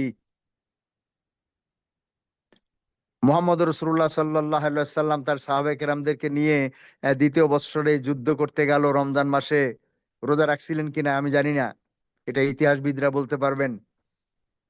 বদরের যুদ্ধে কয়টা রোজা রাখছিলেন ওনারা, ইতিহাসবিদরা বলতে পারবেন। তাহলে কি গেল? রহমত হেয়ার আফটার, পরকালে মৃত্যু পরবর্তী সময়ে রহমতের কি অবস্থা, কোরআন কি বলে? 3 নাম্বার স্লাইড, রহমত এবং মোহাম্মদ। আমি একটা বলেছি, beautiful information. Mohammad is a source of রহমত। সুবহানাল্লাহ, আল্লাহ রাব্বুল আলামিন মুহাম্মদ সাল্লাল্লাহু আলাইহি সাল্লামকে রহমতের ভান্ডার বানিয়ে দিয়েছেন। আমরা কতটুকু জানি? এবং এটা একটু বলেছি যে তিনি রহমতের ভান্ডার হয়ে পৃথিবীকে কি দিয়ে গেলেন, কি দিচ্ছেন এখনো, আর আমরা তার কাছ থেকে রহমতের ভান্ডার নিয়ে নিয়ে আমরা কি দিচ্ছি পৃথিবীকে। তাহলে রহমত এবং মোহাম্মদ একটা দারুণ বিষয়বস্তু। 4 নাম্বার, ইম্পর্টেন্স অফ রহমত। ইম্পর্টেন্স অফ রহমত, রহমত, দয়া, অনুগ্রহ, রহমতের প্রয়োজনটা কি, এটাও একটা বিউটিফুল বর্ণনা কোরআন থেকে, বিউটিফুল। এরপরে রহমত এবং কিতাব। কোরআন, কত জায়গায় আল্লাহ বলেছেন কোরআন রহমত, অথচ আমরা কত রমজান উদযাপনকারী কোরআন পড়তে জানি না, পড়ার দরকার আছে বলে মনে করি না, সময় নাই, পারবো না, হবে না। কতজন কোরআন পড়ি কিন্তু বিশুদ্ধ করি না? কতজন কোরআন পড়ি কিন্তু অর্থ বুঝি না? কতজন কোরআন বুঝি কিন্তু বুঝাই না? কতজন আমরা কোরআন অবিশ্বাসী, কোরআনকে গুরুত্ব দেয় না? চারপাশের পরিবার থেকে শুরু করে আত্মীয় স্বজন, প্রতিবেশীর মধ্যে, দেশবাসীর মধ্যে কত মানুষ কোরআনকে ইগনোর করে, তাদেরকে আমরা আকৃষ্ট করতে পারি না। তাহলে রহমত এবং কিতাব, মুসার কিতাব, ঈসার কিতাব, এরকম বিভিন্ন কিতাবের কথা আল্লাহ কোরআনে উল্লেখ করেছেন। হ্যাঁ, সেই কিতাবগুলোর কত, এই কিতাবগুলোর সোর্স অফ রহমত, কোরআন সোর্স অফ রহমত। কত আয়াত আছে কোরআনে যে কোরআন হলো আল্লাহর রহমত। আমরা যদি রহমত পেতে চাই, কোরআনকে ধরি না কেন? কেন কোরআনের বিশুদ্ধ তেলাওয়াত পারি না? কেন অর্থ বুঝি না? কেন এটা আরেকজনকে বোঝানোর মতো ইন্সপায়ার্ড হই না? নিজে নিজে বুজুর্গ হয়ে যাচ্ছি, এবং কেউ কেউ তো অনলাইনেই শেষ করে ফেলে সবকিছু, এবং সব অনলাইনেই মনে করে। সেজন্য আমি গতকাল পিকনিকে বলেছিলাম, যারা অনলাইনে কোরআন ক্লাস করা যথেষ্ট মনে করেন, অফলাইনে আসতে নাক সিটকান, তারা অনলাইনেই বেহেস্ত নিয়েন। যদি অনলাইনে কোরআন ধরে শেষ করে হক আদায় করে বেহেস্ত পাওয়া সম্ভব হতো, তাহলে মুহাম্মদ সাল্লাল্লাহু আলাইহি সাল্লাম আর সাহাবায়ে কেরাম আজমাইনকে আল্লাহ তাআলা অনলাইনে ব্যবস্থা করতে পারতেন, অফলাইনের দরকার হতো না। আমি আমাকে সহ কেন্দ্রের সবাইকে সাবধান করে দিচ্ছি, অনলাইনে সব, অফলাইনে খবর নাই। আপনার খবর আছে?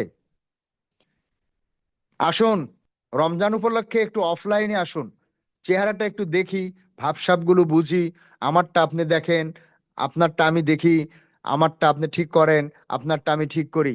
ভালো করে বুঝে নেবেন, কোরআন হলো আল্লাহর কত বড় রহমত। এই রহমতকে আপনি ধরবেন কেমন করে, পাবেন কেমন করে? এরপরের ফাইলের নাম দিয়েছি আমি হু গট রহমত। কি বিউটিফুল বলেছেন আল্লাহ কোরআনে। সময় হলে আমি দুই একটা বলতে চাচ্ছিলাম, কিন্তু এখন তো দেখছি 10টা বেজে গেল। হু গট রহমত, কোরআনে এত সুন্দর করে আল্লাহ বলেছেন, সুবহান আল্লাহ, it is a source of inspiration. এবং আমি আজকে দু তিনটা রেফারেন্স একত্রিত করার সময় আমি আল্লাহকে বলে ফেলেছি যে আপনি আমাকে কোরআন থেকে আপনার রহমত প্রাপ্তদের খুঁটে খুঁটে বের করে একটা ফাইল বানানোর কাজে লাগাইছেন। আমার লাভ কি মালিক? আমার মনে হচ্ছে এই কাজটা করায়ও আপনি আমাকেও ওদের মধ্যে অন্তর্ভুক্ত করে ফেলবেন। ফেলবেন না? ফেলেন না? ফেলেছেন? নিশ্চয়ই ফেলেছেন। আমার ব্যক্তিগত উপলব্ধি শেয়ার করলাম যে আপনি বলছেন তাদের প্রতি আমার রহমত, তাদের প্রতি আমার দয়া, সে আমার দয়া প্রাপ্ত। এই কাজ করে আমার লাভ কি যদি আমাকে আপনি তাদের মধ্যে অন্তর্ভুক্ত না করেন? এবং হয়তো গভীর রাত্রে আমার স্ত্রীর জন্য বলবো, আমার ছেলে মেয়ে, আমার বাবা মা, আমার ভাই বোন, দাদা দাদি, নানা নানি, শ্বশুর শাশুড়ি, আত্মীয় স্বজন, ইভেন আমার কোরআন ক্লাসের সাথী ভাই বোনেরা, আমার হজ ওমরার সাথীরা, গোটা দুনিয়ার উম্মতে মুসলিমা, এবং গোটা দুনিয়ার মানব জাতি যেন আল্লাহর রহমতের পরশটা উপলব্ধি করে, স্বীকার করে, আল্লাহর রহমত প্রাপ্ত হিসাবে নিজেকে যেন ধন্য মনে করে। এই কাজে যেন আমি আত্মনিয়োগ করতে পারি। এটা একটা বিউটিফুল জায়গা ফর ইন্সপাইরেশন। যাদের জন্য আল্লাহ রহমত দিয়ে ঘোষণা করেছেন উমুকে আমার রহমত প্রাপ্ত, তুমুকে আমার রহমত প্রাপ্ত, এটা আপনাকে জানাই আল্লাহর লাভ কি? কেন জানাইছেন? শুধু জানানোর জন্য না প্রিয় ভাই বোনেরা, আপনিও তাদের দলভুক্ত হতে পারেন, এইটাই বোঝানোর জন্য। একা একা ঘরে ঘরে বসে আর শুধু অনলাইনে অনলাইনে ক্লাস করে এই ফিলিং এ যাওয়া ডিফিকাল্ট, আমি বলবো অসম্ভব। সুতরাং সামনে আসেন, অফলাইনে আসেন, রমজানকে সামনে নিয়ে 2 দিন 3 দিন 5 দিন 7 দিন 10 দিন যে যেরকম সময় দিতে পারবেন, যার যেরকম অবস্থান, এবং সেই অবস্থা থেকে উত্তরণের যে পদক্ষেপ নিতে হবে সেটা কেন্দ্রে এসে অবস্থান করে নিয়ে যান, গিয়ে অন্যদেরকে দেন। আপনি নিজে যদি নেওয়ার রাস্তা না পান, তাহলে অন্যদেরকে দিবেন কিভাবে? পরেরটা, বিট্রেয়ার্স অফ রহমত। আল্লাহর রহমত পেয়েও যারা এটা স্বীকার করেনি, স্বীকার করে না, বিশ্বাস করে না, আল্লাহকে থ্যাঙ্কস দেয় না, তাদেরও বর্ণনা আছে কোরআনে। অদ্ভুত। তারপরেরটা, reaction of man if deprived from রহমত। মানুষ যখন রহমত পায় তখন কি করে, আর যখন রহমত পায় না তখন কি করে। দারুণ একটা চ্যাপ্টার। হ্যাঁ, রিয়াকশন অফ ম্যান, মানুষের প্রতিক্রিয়া কি হয়, রহমত পাইলে কি হয়, না পাইলে কি হয়, যখন যেটা চাইছে সেটা পাইলে কি করে, না পাইলে কি করে। চমৎকার একটা। এরপরের চ্যাপ্টার রহমত এন্ড আদার নবী। মোহাম্মদ সাল্লাল্লাহু আলাইহি সাল্লামের কথা বলেছি, কিন্তু এখানে আরো অনেক নবীর কথা আছে, আল্লাহ এটা উল্লেখ করেছেন। এটা আমি আলাদা একটা চ্যাপ্টার করেছি, রহমত এন্ড আদার নবী, এই ব্যাপারে কোরআন কি বলে। এরপরে এভরিবডি সিক্স রহমত। এটা ওই ইম্পর্টেন্স অফ রহমতের মধ্যে যাবে, কিন্তু ওই কাজের ইয়ের কারণে, সময় কম থাকার কারণে এগুলোকে আমি ওই প্রত্যেকটাই আলাদা আলাদা ভাগ করে ফেলেছি, এগুলোকে আবার একটু রিসাপল করতে হবে। এভরিবডি সিক্স রহমত, প্রত্যেকেরই রহমত দরকার। প্রত্যেকে, মানুষ শুধু না, গোটা সৃষ্টি জগতের সবারই দয়ার প্রয়োজন। নিজেদের মধ্যে দয়া, ইন্টার কমিউনিটি দয়া, এবং স্রষ্টার কাছ থেকে দয়া। এভরিবডি সিক্স অর নিডস রহমত, প্রত্যেকে। কোরআনের ব্যাপারে দারুণ কথা বলেছে, দারুণ। এরপরে রিয়ালিটি অফ ম্যান উইথ রহমত। এটা হলো রহমত নিয়ে মানুষের বাস্তবতা কি। এটা অনেকটা ওই রহমত পাইলে খুশি হয়, না পাইলে অসন্তুষ্ট হয়, ওইটার মতোই, কিন্তু এক্স্যাক্টলি ওইটা না। ওটা হলো, আমি বলছি বিট্রিয়ার্স এর কথা বলছি, কিন্তু এটা হলো যে আহ, রহমত পাওয়ার ব্যাপারে মানুষের ইচ্ছা কেমন, আকাঙ্ক্ষা কেমন, বাসনা কেমন, চেষ্টা কেমন, তদবির কেমন। হ্যাঁ, এই অংশটা আমরা এখানে বলার চেষ্টা করেছি, কোরআন থেকে নিয়ে আসার চেষ্টা করেছি। ইম্পর্টেন্স অফ আল্লাহস রহমত অন আস। এটা মানে একটা হলো ইম্পর্টেন্স অফ রহমত, আর একটা হলো আল্লাহ তাআলা আমাদের প্রতি ইতিমধ্যে যে রহমত করেছেন এইটার তাৎপর্য কি, গুরুত্ব কি, আমরা কি রিয়ালাইজ করি যে আমাকে উনি দুটো হাত দিয়েছেন, আমাকে দুটো পা দিয়েছেন, আমাকে কানটা দিয়েছেন, এটা তার কত বড় রহমত, এবং এইটার পারপাস কি, এবং এটা দ্বারা আমি স- মানে কি রকমের উপকার পাচ্ছি, এগুলা রিয়ালাইজ করা।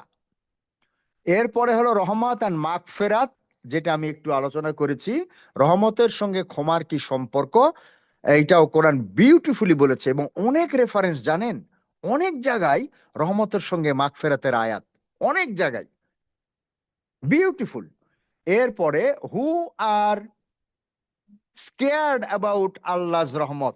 এইটা অনেকটা ওই যে আপনার বিট্রেয়ার অথবা রহমত যারা পাইলে খুশি হয়, না পাইলে অখুশি হয়, তাদের বাইরে আর একটা দল, হু আর স্কেয়ার্ড, ড্যাম কেয়ার, আল্লাহর রহমতের কি দরকার, এটা আমি আমার বুদ্ধি জ্ঞান এই তো পাইছি, এটা আমার হাত, এটা আমার বাপ দিয়ে গেছে, এটা আমার দল দিছে, এটা মুখে দিছে, এটা মুখে দিছে। এবং মজা হলো যে আল্লাহকে বাদ দিয়ে আমরা আমাদের মতো মানুষকেও অনেক সময় রহমত বিতরণকারী মনে করি, বিশেষ করে যারা শিরক করে, যারা পূজা পার্বণ করে, পীর পুরোহিত মানে মানে মানুষকেই রহমত দাতা বলে মনে করে। এটা হলো তাদের ব্যাপারে। এরপরে ভেরিয়াস সোর্সেস অফ আল্লাহস রহমত। আলো কেমন রহমত, বাতাস কেমন রহমত, মাটি কেমন রহমত, ইত্যাদি ইত্যাদি আল্লাহ কোরআনে উল্লেখ করেছেন যে আইটেমস অফ রহমত। আল্লাহর রহমত হিসাবে আল্লাহ কোরআনে কতগুলো আইটেমের কথা মেনশন করছেন অ্যাজ হিজ রহমত, সেইটা আমরা এই চ্যাপ্টারে নিয়েছি। আর একটা হলো, is there any other sources than আল্লাহ, যেটাকে আমি বলার চেষ্টা করেছি, কোরআনে প্রশ্ন আকারে বলা হয়েছে এটা, যে তোমরা যাদেরকে আল্লাহর সঙ্গে শরিক করো, বা যাদের কাছে তোমরা রহমত পাওয়ার জন্য ধর্ণা দাও, তারা কি রহমত দেওয়ার দাতার যোগ্যতা রাখে, রহমত দাতা হওয়ার যোগ্যতা রাখে। এই বিষয়টা আমরা এখানে আনার চেষ্টা করেছি। তো মনে হয় আমি এখানেই তাহলে 1 2 3 4 5 6 7 8 9 10 11 12 13 14 15 16 17 18 মধ্যে একটা বাদ দিলে এই 17টার মতো ফাইল করেছি, ইনকমপ্লিট এবং রিঅ্যারেঞ্জ করিনি। আপনাদের যদি ভালো লাগে আপনার মধ্যে থেকে 1 2 3টা টপিক নেন। যদি ভালো না লাগে তাহলে আপনার মতো করে রহমত নিয়ে 1 2টা টপিক চিন্তা করেন এবং আসেন আমরা কোরআন ক্লাসের সাথী ভাই বোনেরা, ছোট হোক বড় হোক, সবাই আমরা কোরআনে রহমত বিষয়ে কিছু না কিছু কাজ করার চেষ্টা করি।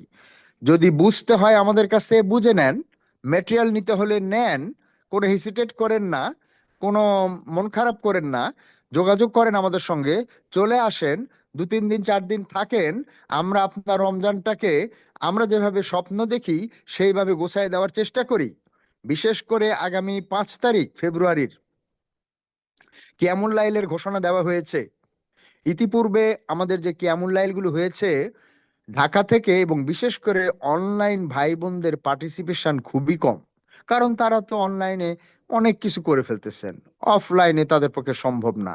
কোরআন এরকম যে অনলাইনেই থাকতে পারে, থাক রাখতে পারে না, আবার অফলাইনে আনবে কেমন করে?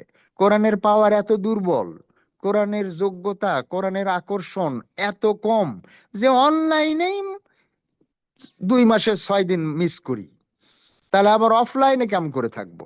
অফলাইনে কিভাবে আসা যায়? অসম্ভব। ছুটি নাই, অমুক নাই, শরীর স্বাস্থ্য ভালো না, কত ধরনের সমস্যা।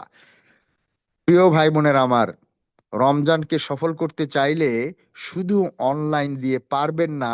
আমি 80% বলে দিতে পারি, 20% রাখলাম প্লাস মাইনাস, কিন্তু 80% পারবেন না।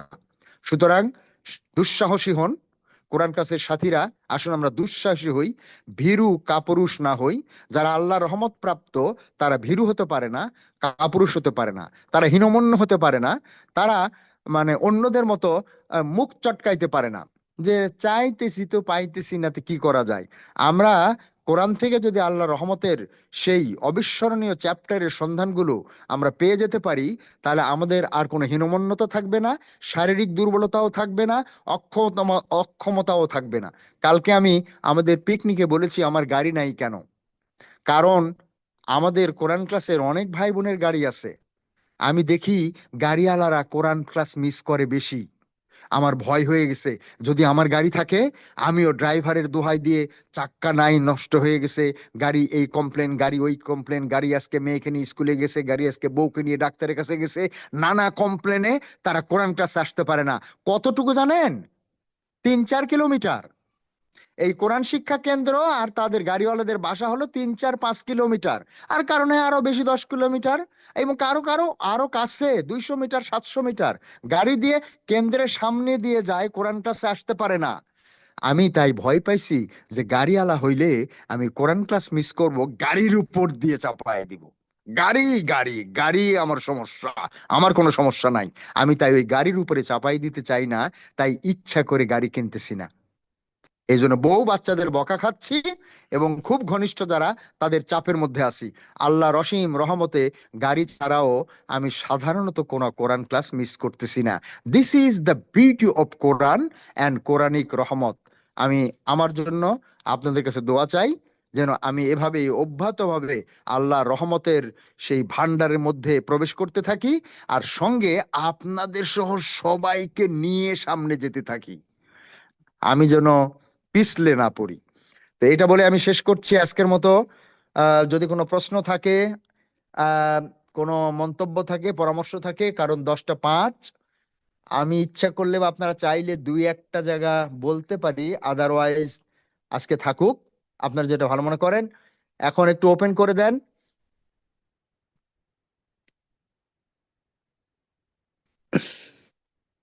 জিকারি সাহেব শোনা জি যাচ্ছে? স্যার, হ্যাঁ স্যার, শোনা যাচ্ছে। জি। জি আলহামদুলিল্লাহ, আমরা শুনছিলাম স্যারের কাছ থেকে গুরুত্বপূর্ণ আলোচনা পরামর্শ। তো আমরা যারা জয়েন করেছি কোনো বিষয়ে মন্তব্য পরামর্শ কতজন জয়েন বা করেছেন আমি দেখতে পাচ্ছি না ইয়েতে, মোবাইলে। স্যার 74 জন টোটাল ছিলেন এ পর্যন্ত, এখন আছে 63 জন। জি। যদি কারো কোনো প্রশ্ন মন্তব্য পরামর্শ থাকে তাহলে করেন, নিঃসংকোচে করেন, না জি হলে আমরা ইনশাল্লাহ শেষ করে দিব। জি, প্রিয় উপস্থিতি, আমরা যারা কথা বলতে চাই হ্যান্ড রাইজ করি। জি, রেবেকা সুলতানা হ্যান্ড রাইজ করেছেন, আনমিউট করে কথা বলুন। রমজান বা সমসাময়িক যে কোনো বিষয় নিয়ে মন্তব্য করতে চাইলে করতে পারেন ইনশাআল্লাহ। সালামু আলাইকুম স্যার। ওয়ালাইকুম আসসালাম রহমতুল্লাহ বারাকাতু। আপনারা কেমন আছেন? আলহামদুলিল্লাহ স্যার, ভালো আছি। জি, পরে আপনি আপনার সঙ্গে কেমন কথা আছেন? বলবো। জি, ইনশাআল্লাহ। ইনশাল্লাহ স্যার। স্যার, আজকে তো টপিকটা সত্যি অসাধারণ ছিল। এটা যদি স্যার আরেকটু ডিটেলস জানতে পারতাম তাহলে আমার মনে হয় আরেকটু আহ, আমি ভালো বুঝতে পারতাম। স্যার, এটা আমার জায়গা থেকে আমি বলছি। স্যার, কয়েকটা বিষয় আমি এখানে একটু যতটুকুন ফিল করতে পেরেছি তা যদি একটু উল্লেখ করি। যেমন একটা আমাকে খুব টাচ করেছে যে রহমত থেকে তো দুনিয়ার অশান্তি আমরা দূর করতে পারি না, তাহলে দোজখের আগুন থেকে কিভাবে রক্ষা পাবো? আল্লাহু আকবার। তো এটা আসলে আমরা তো আমি স্যার মনে করি আমরা তো রহমতের মধ্যে ডুবে আসি, কিন্তু আমরা এটার কি কখনো কোনো তালিকা করেছি যে আমি আল্লাহর কাছ থেকে কি কি নিয়ামা পাচ্ছি? আমরা সামান্য প্রবলেম হলে সেটা নিয়ে এত বিচলিত হই, কিন্তু ওই মুহূর্তে আমি যেটা পাচ্ছি সেটাও আমি ঠিক উপলব্ধি করতে পারি না। এটা আমার একটা উপলব্ধি। আর একটা হলো স্যার, রমজানকে আমরা তো গতানুগতিক ভাবে ফলো করি। যেমন আমরা পানাহার থেকে বিরত থাকি, আমরা সালাত আদায় করি, আমরা ইফতার করি, সাহারি করি, এগুলো করি খুব ভালোভাবে। কিন্তু এটাই কি সবকিছু? এটার বাইরে আর কিভাবে করা যেতে পারে আল্লাহর রহমত পাওয়ার জন্য, ক্ষমা পাওয়ার জন্য? কারণ হচ্ছে এটা তো আপনি বললেন, এবং আল্লাহ জিব্রিল এবং রাসূল সাল্লাল্লাহু আলাইহি সাল্লাম লালন দেয় যদি ক্ষমা, এই রমজান আসলো অথচ ক্ষমা নিতে পারলো না। এটা একটা মিয়া। আর একটা হচ্ছে স্যার, মৃত্যুর পরেও যে রহমত আহ, পাওয়ার আশা করা যায় এবং এটা উচিত, এইটা হয়তো স্যার আমি নতুন ভাবেই শুনছি, হয়তো এর আগে আমি কখনো উপলব্ধি করি নাই। আলহামদুলিল্লাহ। এবং এটার যে কত বড় গুরুত্ব, এটা স্যার এইভাবে আসলে আপনার এই লেকচার শোনার আগে আমি কখনো ফিল করি নাই। তো আলহামদুলিল্লাহ স্যার, অনেকগুলো আমি লিখেছিলাম কিন্তু হয়তো আমি আর অতগুলো বলতে চাচ্ছি না, ইনশাল্লাহ। আর একটা স্যার, আপনার যে টপিকটা আছে এটা যদি কোনোভাবে পাওয়া যেত দেন আমি না হয় আবার একটু পড়ে নিতাম। এইটা একটা। আর স্যার, একটা বিষয় একটু উল্লেখ করতে চাই। গত বছর আমার আম্মা, উনি তো অনেকগুলো অসুখে ভুগছিলেন এবং ডাক্তার বলছিলেন যে আপনার আম্মা তো 15 জনের অসুস্থতা ক্যারি করছেন। তো আমি যেহেতু ডাক্তারকে খুব বিরক্ত করতাম যে আম্মার এই সমস্যা সেই সমস্যা, তো ডাক্তার বলতেছিলেন যে 15 জনের ওষুধ যদি একজনের হয় তাহলে তার কি অবস্থা একটু ফিল করেন।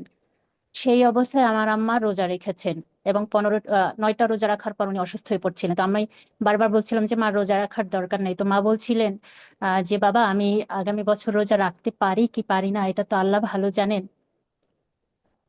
আমি চেষ্টা করি, আমি পারি বা না পারি চেষ্টা করি। বাট যখন ডাক্তার এটা শুনলেন, অসুস্থ হয়ে গেলেন হসপিটালে, এবং ডাক্তার যখন শুনলেন যে রোজা রেখেছেন, জাস্ট ডাক্তার আমার দিকে তাকিয়েছিলেন। তো আহ, আলহামদুলিল্লাহ যে মা এটা করেছেন, করতে পেরে, এবং তার বিশ্বাস এবং অনুভূতির লেভেলটা স্যার ওই জায়গায় ছিল। আলহামদুলিল্লাহ, এইটুকুনি স্যার। আলহামদুলিল্লাহ, স্যার, আপনাকে আলহামদুলিল্লাহ। ধন্যবাদ। জি স্যার, জি, আসসালাম। ওয়ালাইকুম জি, আসসালাম রহমতুল্লাহ বারাকাতু। ধন্যবাদ। জি, হ্যান্ড রেজ করেছেন নাজমা আপা, আনমিউট করে কথা বলুন। এই নাজমা আপা মনে হয় আমাকে আজকে ফোন দিছিলেন, আমি যখন হসপিটালে ধরতে পারিনি, পরে দেখছি কিন্তু সুযোগ পাইনি, মনে করছি প্রোগ্রামের শেষে খোঁজ নিব। আপনার বলেন। নাজমা আপা, আনমিউট করতে হবে।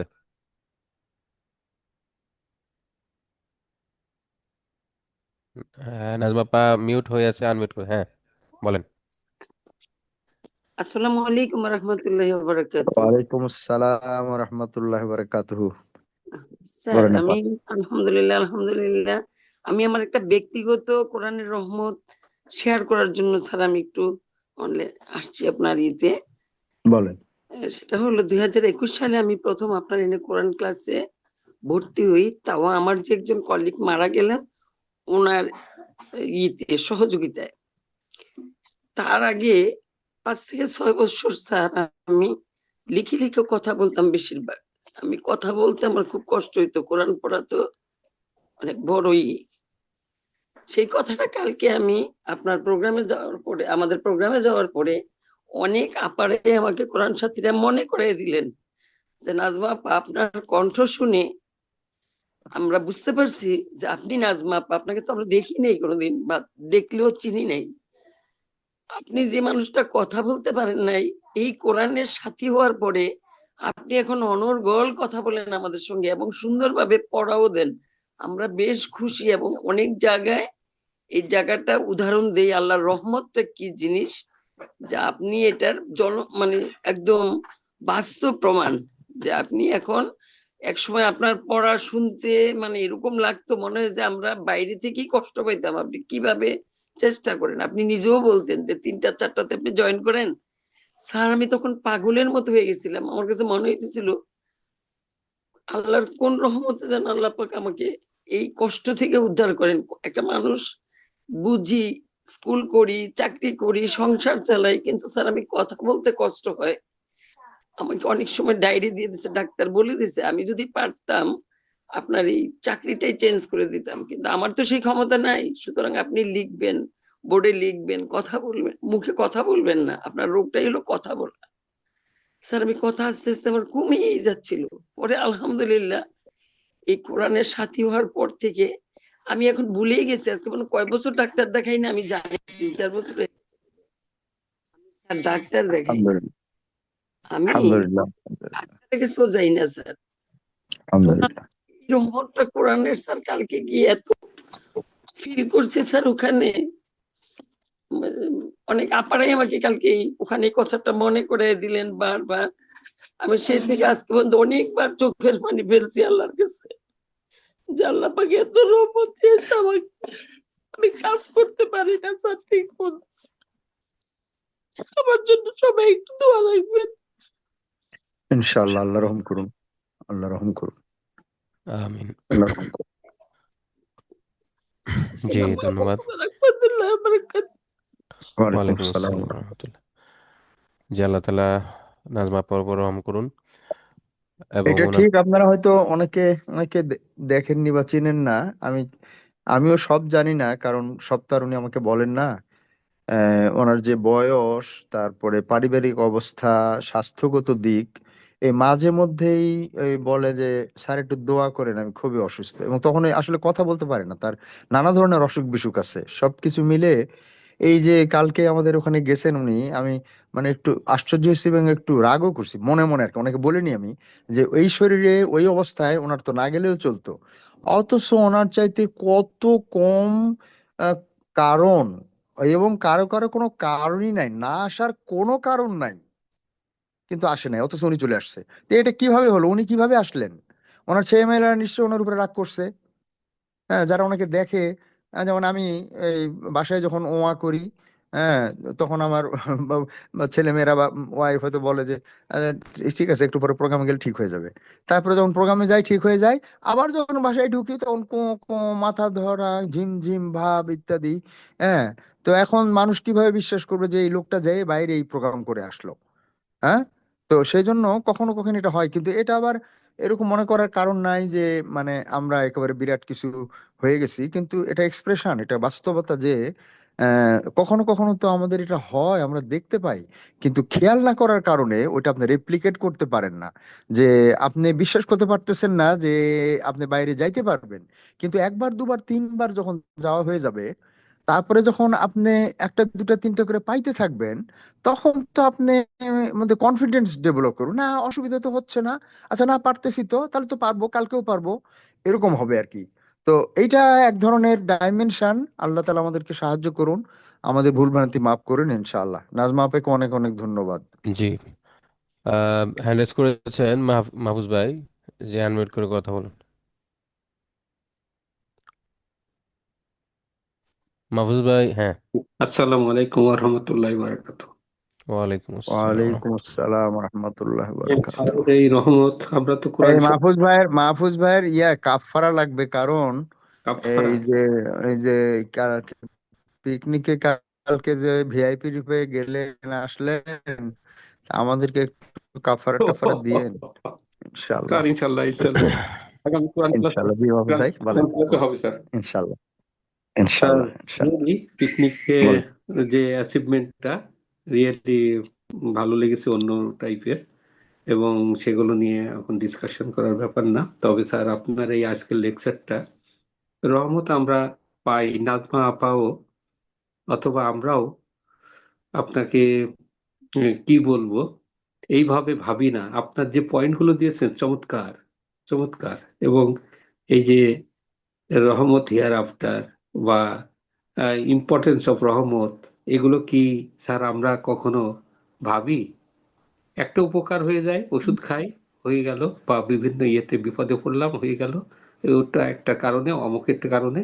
কিন্তু এটা সবকিছু যে আল্লাহর তরফ থেকে আসে, সেইভাবে যে স্যার আপনি আমাদের মনের ভিতরে ঢুকিয়ে দিচ্ছেন, জাযাকাল্লাহ খাইর স্যার। আপনি এখন আমিন। থেকে আমরা সবাই যেন কোরআন ক্লাসের ছাত্র ছাত্রীরা, ভাই বোনেরা, আমরা এইভাবেই অ্যানালাইসিস করতে শিখবো। আপনার এই লেকচারের পরের থেকে যে অনেক বিপদ থেকে আমরা পরিত্রাণ পাই, কিন্তু আমরা সেটা যে আল্লাহর রহমত, এইভাবে আপনার পয়েন্টের ভিতরেও আছে স্যার। হুম, ওই ওই ওই ওই পয়েন্টটা আমি নোট করেছি। Reality of man of Rahman, না এটা প্রত্যেকের দরকার। আর হু আর স্কেয়ার্ড অ্যাবাউট রহমত, এই যে স্যার আপনি কে ধার ধারে, এটা এটা আমার কারণে হয়েছে, আমি পয়সা খরচ করেছি এই কারণে আমার এটা ই হয়েছে, বা এটা এমনি হয়েছে। কিন্তু এত সুন্দরভাবে আল্লাহর কাছে নতজানু হয়ে আমরা লুটিয়ে পড়ব তার রহমতের চিন্তা করে, রিয়েলি সেটাই তো হয় স্যার। অ্যাকচুয়ালি আপনি যে জিনিসটা তুলে ধরতে চাচ্ছেন কোরআনের ভিতরে, আপনার আমরা কোরআন তো প্রত্যেক দিনই পড়ি, দেখা যাচ্ছে যে ওই যে আল্লাহু গাফুরুর রাহিম, দেখেন অনেক আয়াতের লাস্টে স্যার কত আয়াত, আমি সংখ্যা গুণে আমি ওটা অ্যানালাইসিস করে বাইর করবো ওটা কত, ওটা আয়াতের ভিতরে গাফুরুর রহিম দিয়ে শেষ করছেন আল্লাহ, অনেক কঠিন। কত কত জায়গায়, হ্যাঁ, হ্যাঁ, ক্ষমা এবং রহমতের রিলেশনের আয়াত কতটা। জি হ্যাঁ, জি। এটা আপনি বললে আমি আপনাকে পাঠাইও দিতে পারি, আমার তো প্রায় শেষ হয়ে গেছে, অল্প একটু বাকি আছে, ও আচ্ছা আচ্ছা পাঠাই স্যার, দিতে পারবো। তাহলে তাহলে একটু স্যার দয়া করে। ইনশাআল্লাহ ইনশাআল্লাহ এটা দোয়া করেন চমৎকার স্যার, বুঝলেন। চমৎকার স্যার। আল্লাহ যেন জি আমাদেরকে এই আল্লাহর উম, মানে কারণে আমরা এই সেফে আছি বা বেঁচে আছি। আমি আমার পার্থিব জীবনের আমার একটা ঘটনা, আমি আমি জানি যে আমার ছেলের ঘটনা, একটা প্রবলেম ছিল এবং সেটা তার বাচ্চাদের নিয়ে, এবং এটা আল্লাহ রহমত করছে। এটা চমৎকার, এবং এটা আপনি শুনলে আশ্চর্য হয়ে যাবেন। হ্যাঁ, জি, যে এটা, আজকে থাক, আরেকদিন বলেন ইনশাআল্লাহ। জি জি জি স্যার, জি জি ইনশাআল্লাহ। জি স্যার, জাজাকাল্লাহ খাইর স্যার, জি। জি, ওয়াইন ধন্যবাদ মহোজ ভাইকে। তারপরে আব্দুল খালেক ভাই হ্যান্ড করেছেন, এবং শরীফ ভাই। আব্দুল খালেক ভাই, জি। আসসালামু আলাইকুম রহমতুল্লাহ। ওয়ালাইকুম আসসালাম রহমতুল্লাহ। খালেক ভাই কি এই ঢাকা আছেন না গেছেন রাজবাড়ি? না, রাজবাড়ি চলে আসছি স্যার, আমি এখনো স্কুলেই আছি। ওই যে ও আগামীকাল প্রোগ্রাম আছে, এখানে আছি। তো আচ্ছা আচ্ছা। স্যার, আহ, যেহেতু বিষয়টা খুবই গুরুত্বপূর্ণ এবং জি আপনার আলোচনাও ইনকমপ্লিট, মানে আজকে তো সময় হলো না, জি, পরবর্তীতে এটা কন্টিনিউ করলে স্যার আমার মনে হয় ভালো, এইটুকুই আর কি। ইনশাআল্লাহ ইনশাআল্লাহ ইনশাআল্লাহ। খালেক ভাই দোয়া করেন। জি দোয়া জি করেন। স্যার। জি, ইনশাআল্লাহ। সালাম আলাইকুম। জি, ওয়ালাইকুম। শরীফ ভাই। আসসালামু আলাইকুম স্যার।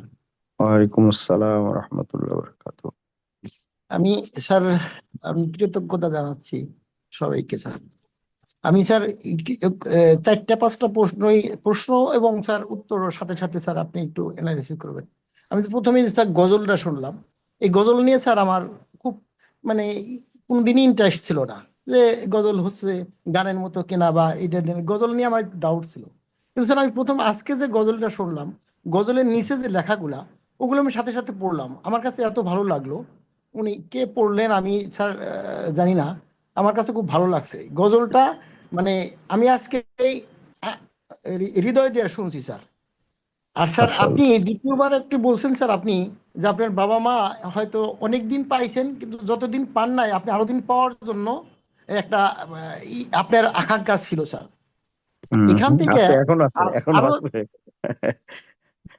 জি। আর স্যার এই ইংলিশে যে স্যার আপনি যে এই রহমত সম্বন্ধে এগুলি কি স্যার ইতে থেকে নিলেন কিনা? এই কোরআনের আয়াত আয়াত কিনা বাংলায় না বলে ইংলিশে বললেন কিনা স্যার? আর না, ওই আমি স্যার, ফাইল গুলো ইংলিশে বানাইছি আর কি। এখন বাংলাতে ওই ফাইল, আমি বাংলাতে তো কাঁচা আর কি, লিখতে কাঁচা। বাংলা শব্দগুলো লিখতে কষ্ট হয়, তো তো ইংলিশে ফাইল নেম গুলো দিছি, ওই সেজন্য ইংলিশে বলছি, কিন্তু ভিতরে লেখাগুলো আমি বাংলাতেই লিখছি। মানে বাংলা অনুবাদ গুলো কপি করে নিয়ে আসছে, আসলে কিচ্ছু লেখিনি, শুধু বাংলা তর্জমাগুলো ক্লাসিফিকেশন করে সাবজেক্ট ওয়াইজ করে আমি আলাদা করছি। তাতেই প্রায় এই যে 17-18টা টপিক হয়েছে আর কি। এই স্যার আর স্যার, অনলাইন অফলাইন নিয়ে যে কথাটা বললেন স্যার, জি। এটাই প্রকৃত বাস্তবতা স্যার। আমার একটা শিক্ষা, মানে ছোট্ট একটা শিক্ষা বলি। আমি যেমকে 10 সালে 9-এর লাস্টে স্যার, 10-এ আমি রিটায়ারমেন্ট আসলাম। আমি একটা কোম্পানিতে স্যার, আপনি জানেন, আমি একটা কোম্পানির ম্যানেজার হিসেবে জয়েন করলাম, ওখান থেকে জেনারেল ম্যানেজার হয়ে বাইরে এলাম স্যার। আমার জি। যে যোগ্যতা ছিল, ওই ওই কোম্পানিতে আমার আন্ডারে অনেক এমএসসি, মানে ডিজিটাল আলা কিছু লোক স্যার জয়েন করলো। মানে কম্পিউটার ভালো বুঝে, ওরা এই ল্যাপটপটা করলো।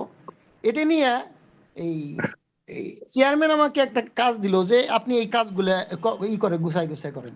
আমি দেখা গেল যে আমি তখন একটা রেজিস্টার বানালাম, অ্যাকাউন্টস, অ্যাডমিন সমস্ত নিয়ে আমি একটা রেজিস্টার বানাইছি। আমার রেজিস্টারগুলা থাকতো, কিন্তু এর মধ্যে কয়েকটা লোক জয়েন করছে যেগুলো নাকি এই কম্পিউটারাইজ করছে। তার মধ্যে 3 জন লোক, আমার অ্যাসিস্ট্যান্ট ম্যানেজার, আমার হেড অ্যাকাউন্টেন্ট, ওনার ভেঙে গেছে, যে কোনোভাবে ভেঙে গেছে, চুরি ধারে বিভিন্ন ল্যাপটপ ট্যাপটপ নিয়ে ভেঙে গেছে স্যার। তখন আমি চেয়ারম্যানের একটা বোর্ড মিটিংয়ে আমি বলছিলাম, স্যার ডিজিটালের প্রয়োজন আছে, কিন্তু অ্যানালগকে বাদ দিয়ে না। কারণ আমি যে রেজিস্টার মেনটেন করতাম স্যার, ওই রেজিস্টারে আমি লিখতাম, আমি ওটা জানতাম যে কি লিখছে, ওই সমস্ত ডকুমেন্টই ছিল। কিন্তু যারা নাকি ডিজিটাল আলারা এই করলো, এই এই কম্পিউটার নিয়ে নাড়াচাড়া করলো, আমি তো কম্পিউটার স্যার তখনও জানতাম না, আর এখন আচ্ছা একটু শরীফ ভাই, কম কম এই জানি। বিষয় আর আর বাড়াতে দিতে চাচ্ছি না। এটা সংক্ষেপ করেন, আরো কিছু থাকলে বলেন।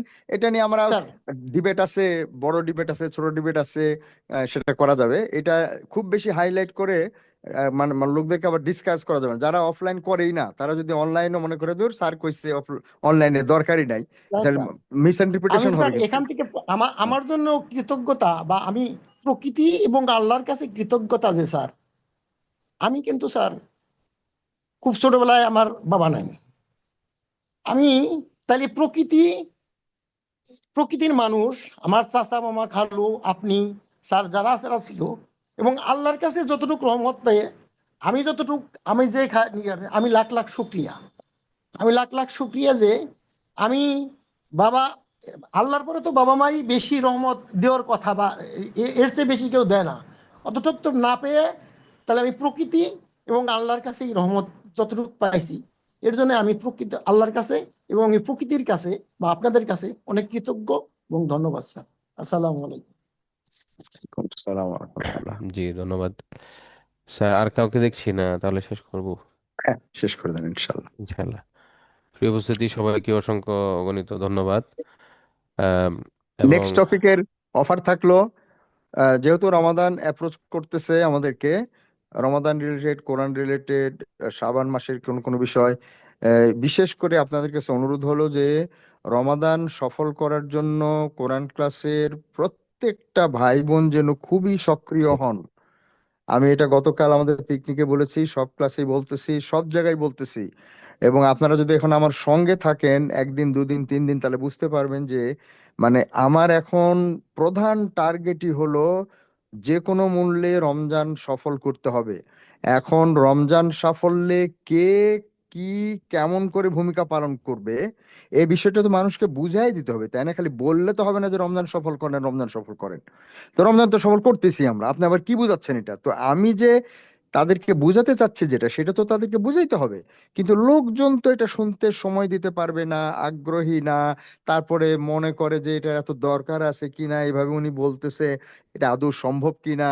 যেমন আমি যদি বলি যে একটা বিশ্ববিদ্যালয়ের ভূমিকা কি হবে, এক মসজিদের ইমামদের ভূমিকা কি হবে, রিকশাওয়ালাদের ভূমিকা কি হবে, উপদেষ্টাদের ভূমিকা কি হবে, সচিবদের ভূমিকা কি হবে, মন্ত্রণালয়ের, ইসলামিক ফাউন্ডেশনের রমজান সাফল্যের ভূমিকা কি হওয়া উচিত, এবং গৃহিণীদের রমজান ভূমিকা কি হবে, ছাত্রছাত্রীদের ভূমিকা কি হবে, সমাজের প্রতিটি মানুষের রমজান সাফল্যের ভূমিকা কি হবে, এ বিষয়ে তো আমাদের গাইডলাইন দেওয়ার কথা।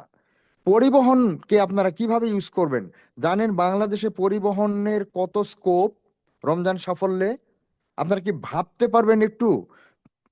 যদি একদিন ব্রেন স্টর্মিং করতে পারতাম আপনাদেরকে নিয়ে, যে আধা ঘন্টা 1 ঘন্টা আপনারা ভাবেন, ভেবে আমাকে বলেন, তারপরে আমারটা শোনেন, যে পরিবহন কি করতে পারে রমজান সাফল্যে আর কি করতেছে, ডিসিরা কি করতে পারে, আপনাদের কোনো ধারণা আছে?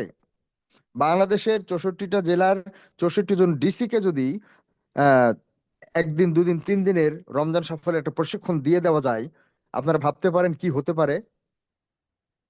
এখন কেউই ভাবতে পারবে না, কারণ তারা মনে করতেছে ও কি আবার এটা আবার কি কি কি করবে ওনারা, ডিসিরা কি করবে? তা আপনি কি ডিসি কে বাদ দিয়ে রমজান সফল করবে? ডিসি কে বাদ দিয়ে কি আপনি একটা ওই ভিক্ষুক পুনর্বাসন প্রকল্প কি আপনি বাস্তবায়ন করতে যান? আপনি ডিসি কে বাদ দিয়ে কি বাস্তবায়ন করেন? তাহলে রমজান কিভাবে ডিসি কে বাদ দিয়ে বাস্তবায়ন করবেন? উপজেলা টিএনই ইউনিকে বাদ দিয়ে কিভাবে করবেন? ইমাম সাহেবকে বাদ দিয়ে কিভাবে করবেন?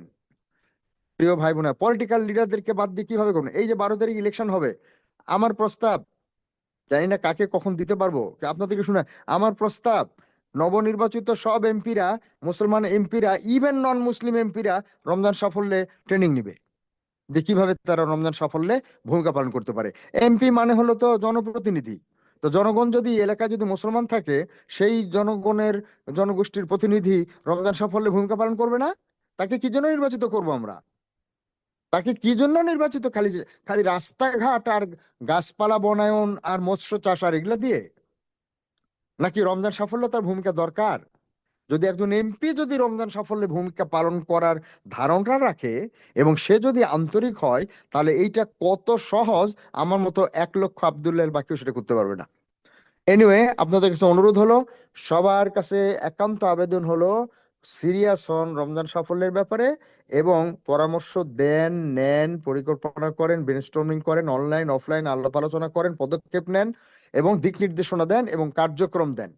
ইনশাআল্লাহ আল্লাহ তাআলা আমাদের সবাইকে সাহায্য করুন রমজান সাফল্যে সবাই মিলিতভাবে যেন এমন প্রচেষ্টা নিতে পারি যেটা আল্লাহ তাআলার কাছে পছন্দ।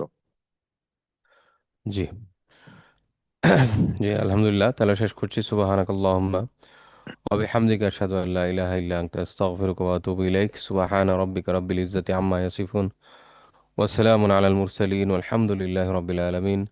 আসসালামু আলাইকুম ওয়া রাহমাতুল্লাহি ওয়া বারাকাতুহু। ওয়ালাইকুম আসসালাম ওয়া রাহমাতুল্লাহি ওয়া বারাকাতুহু।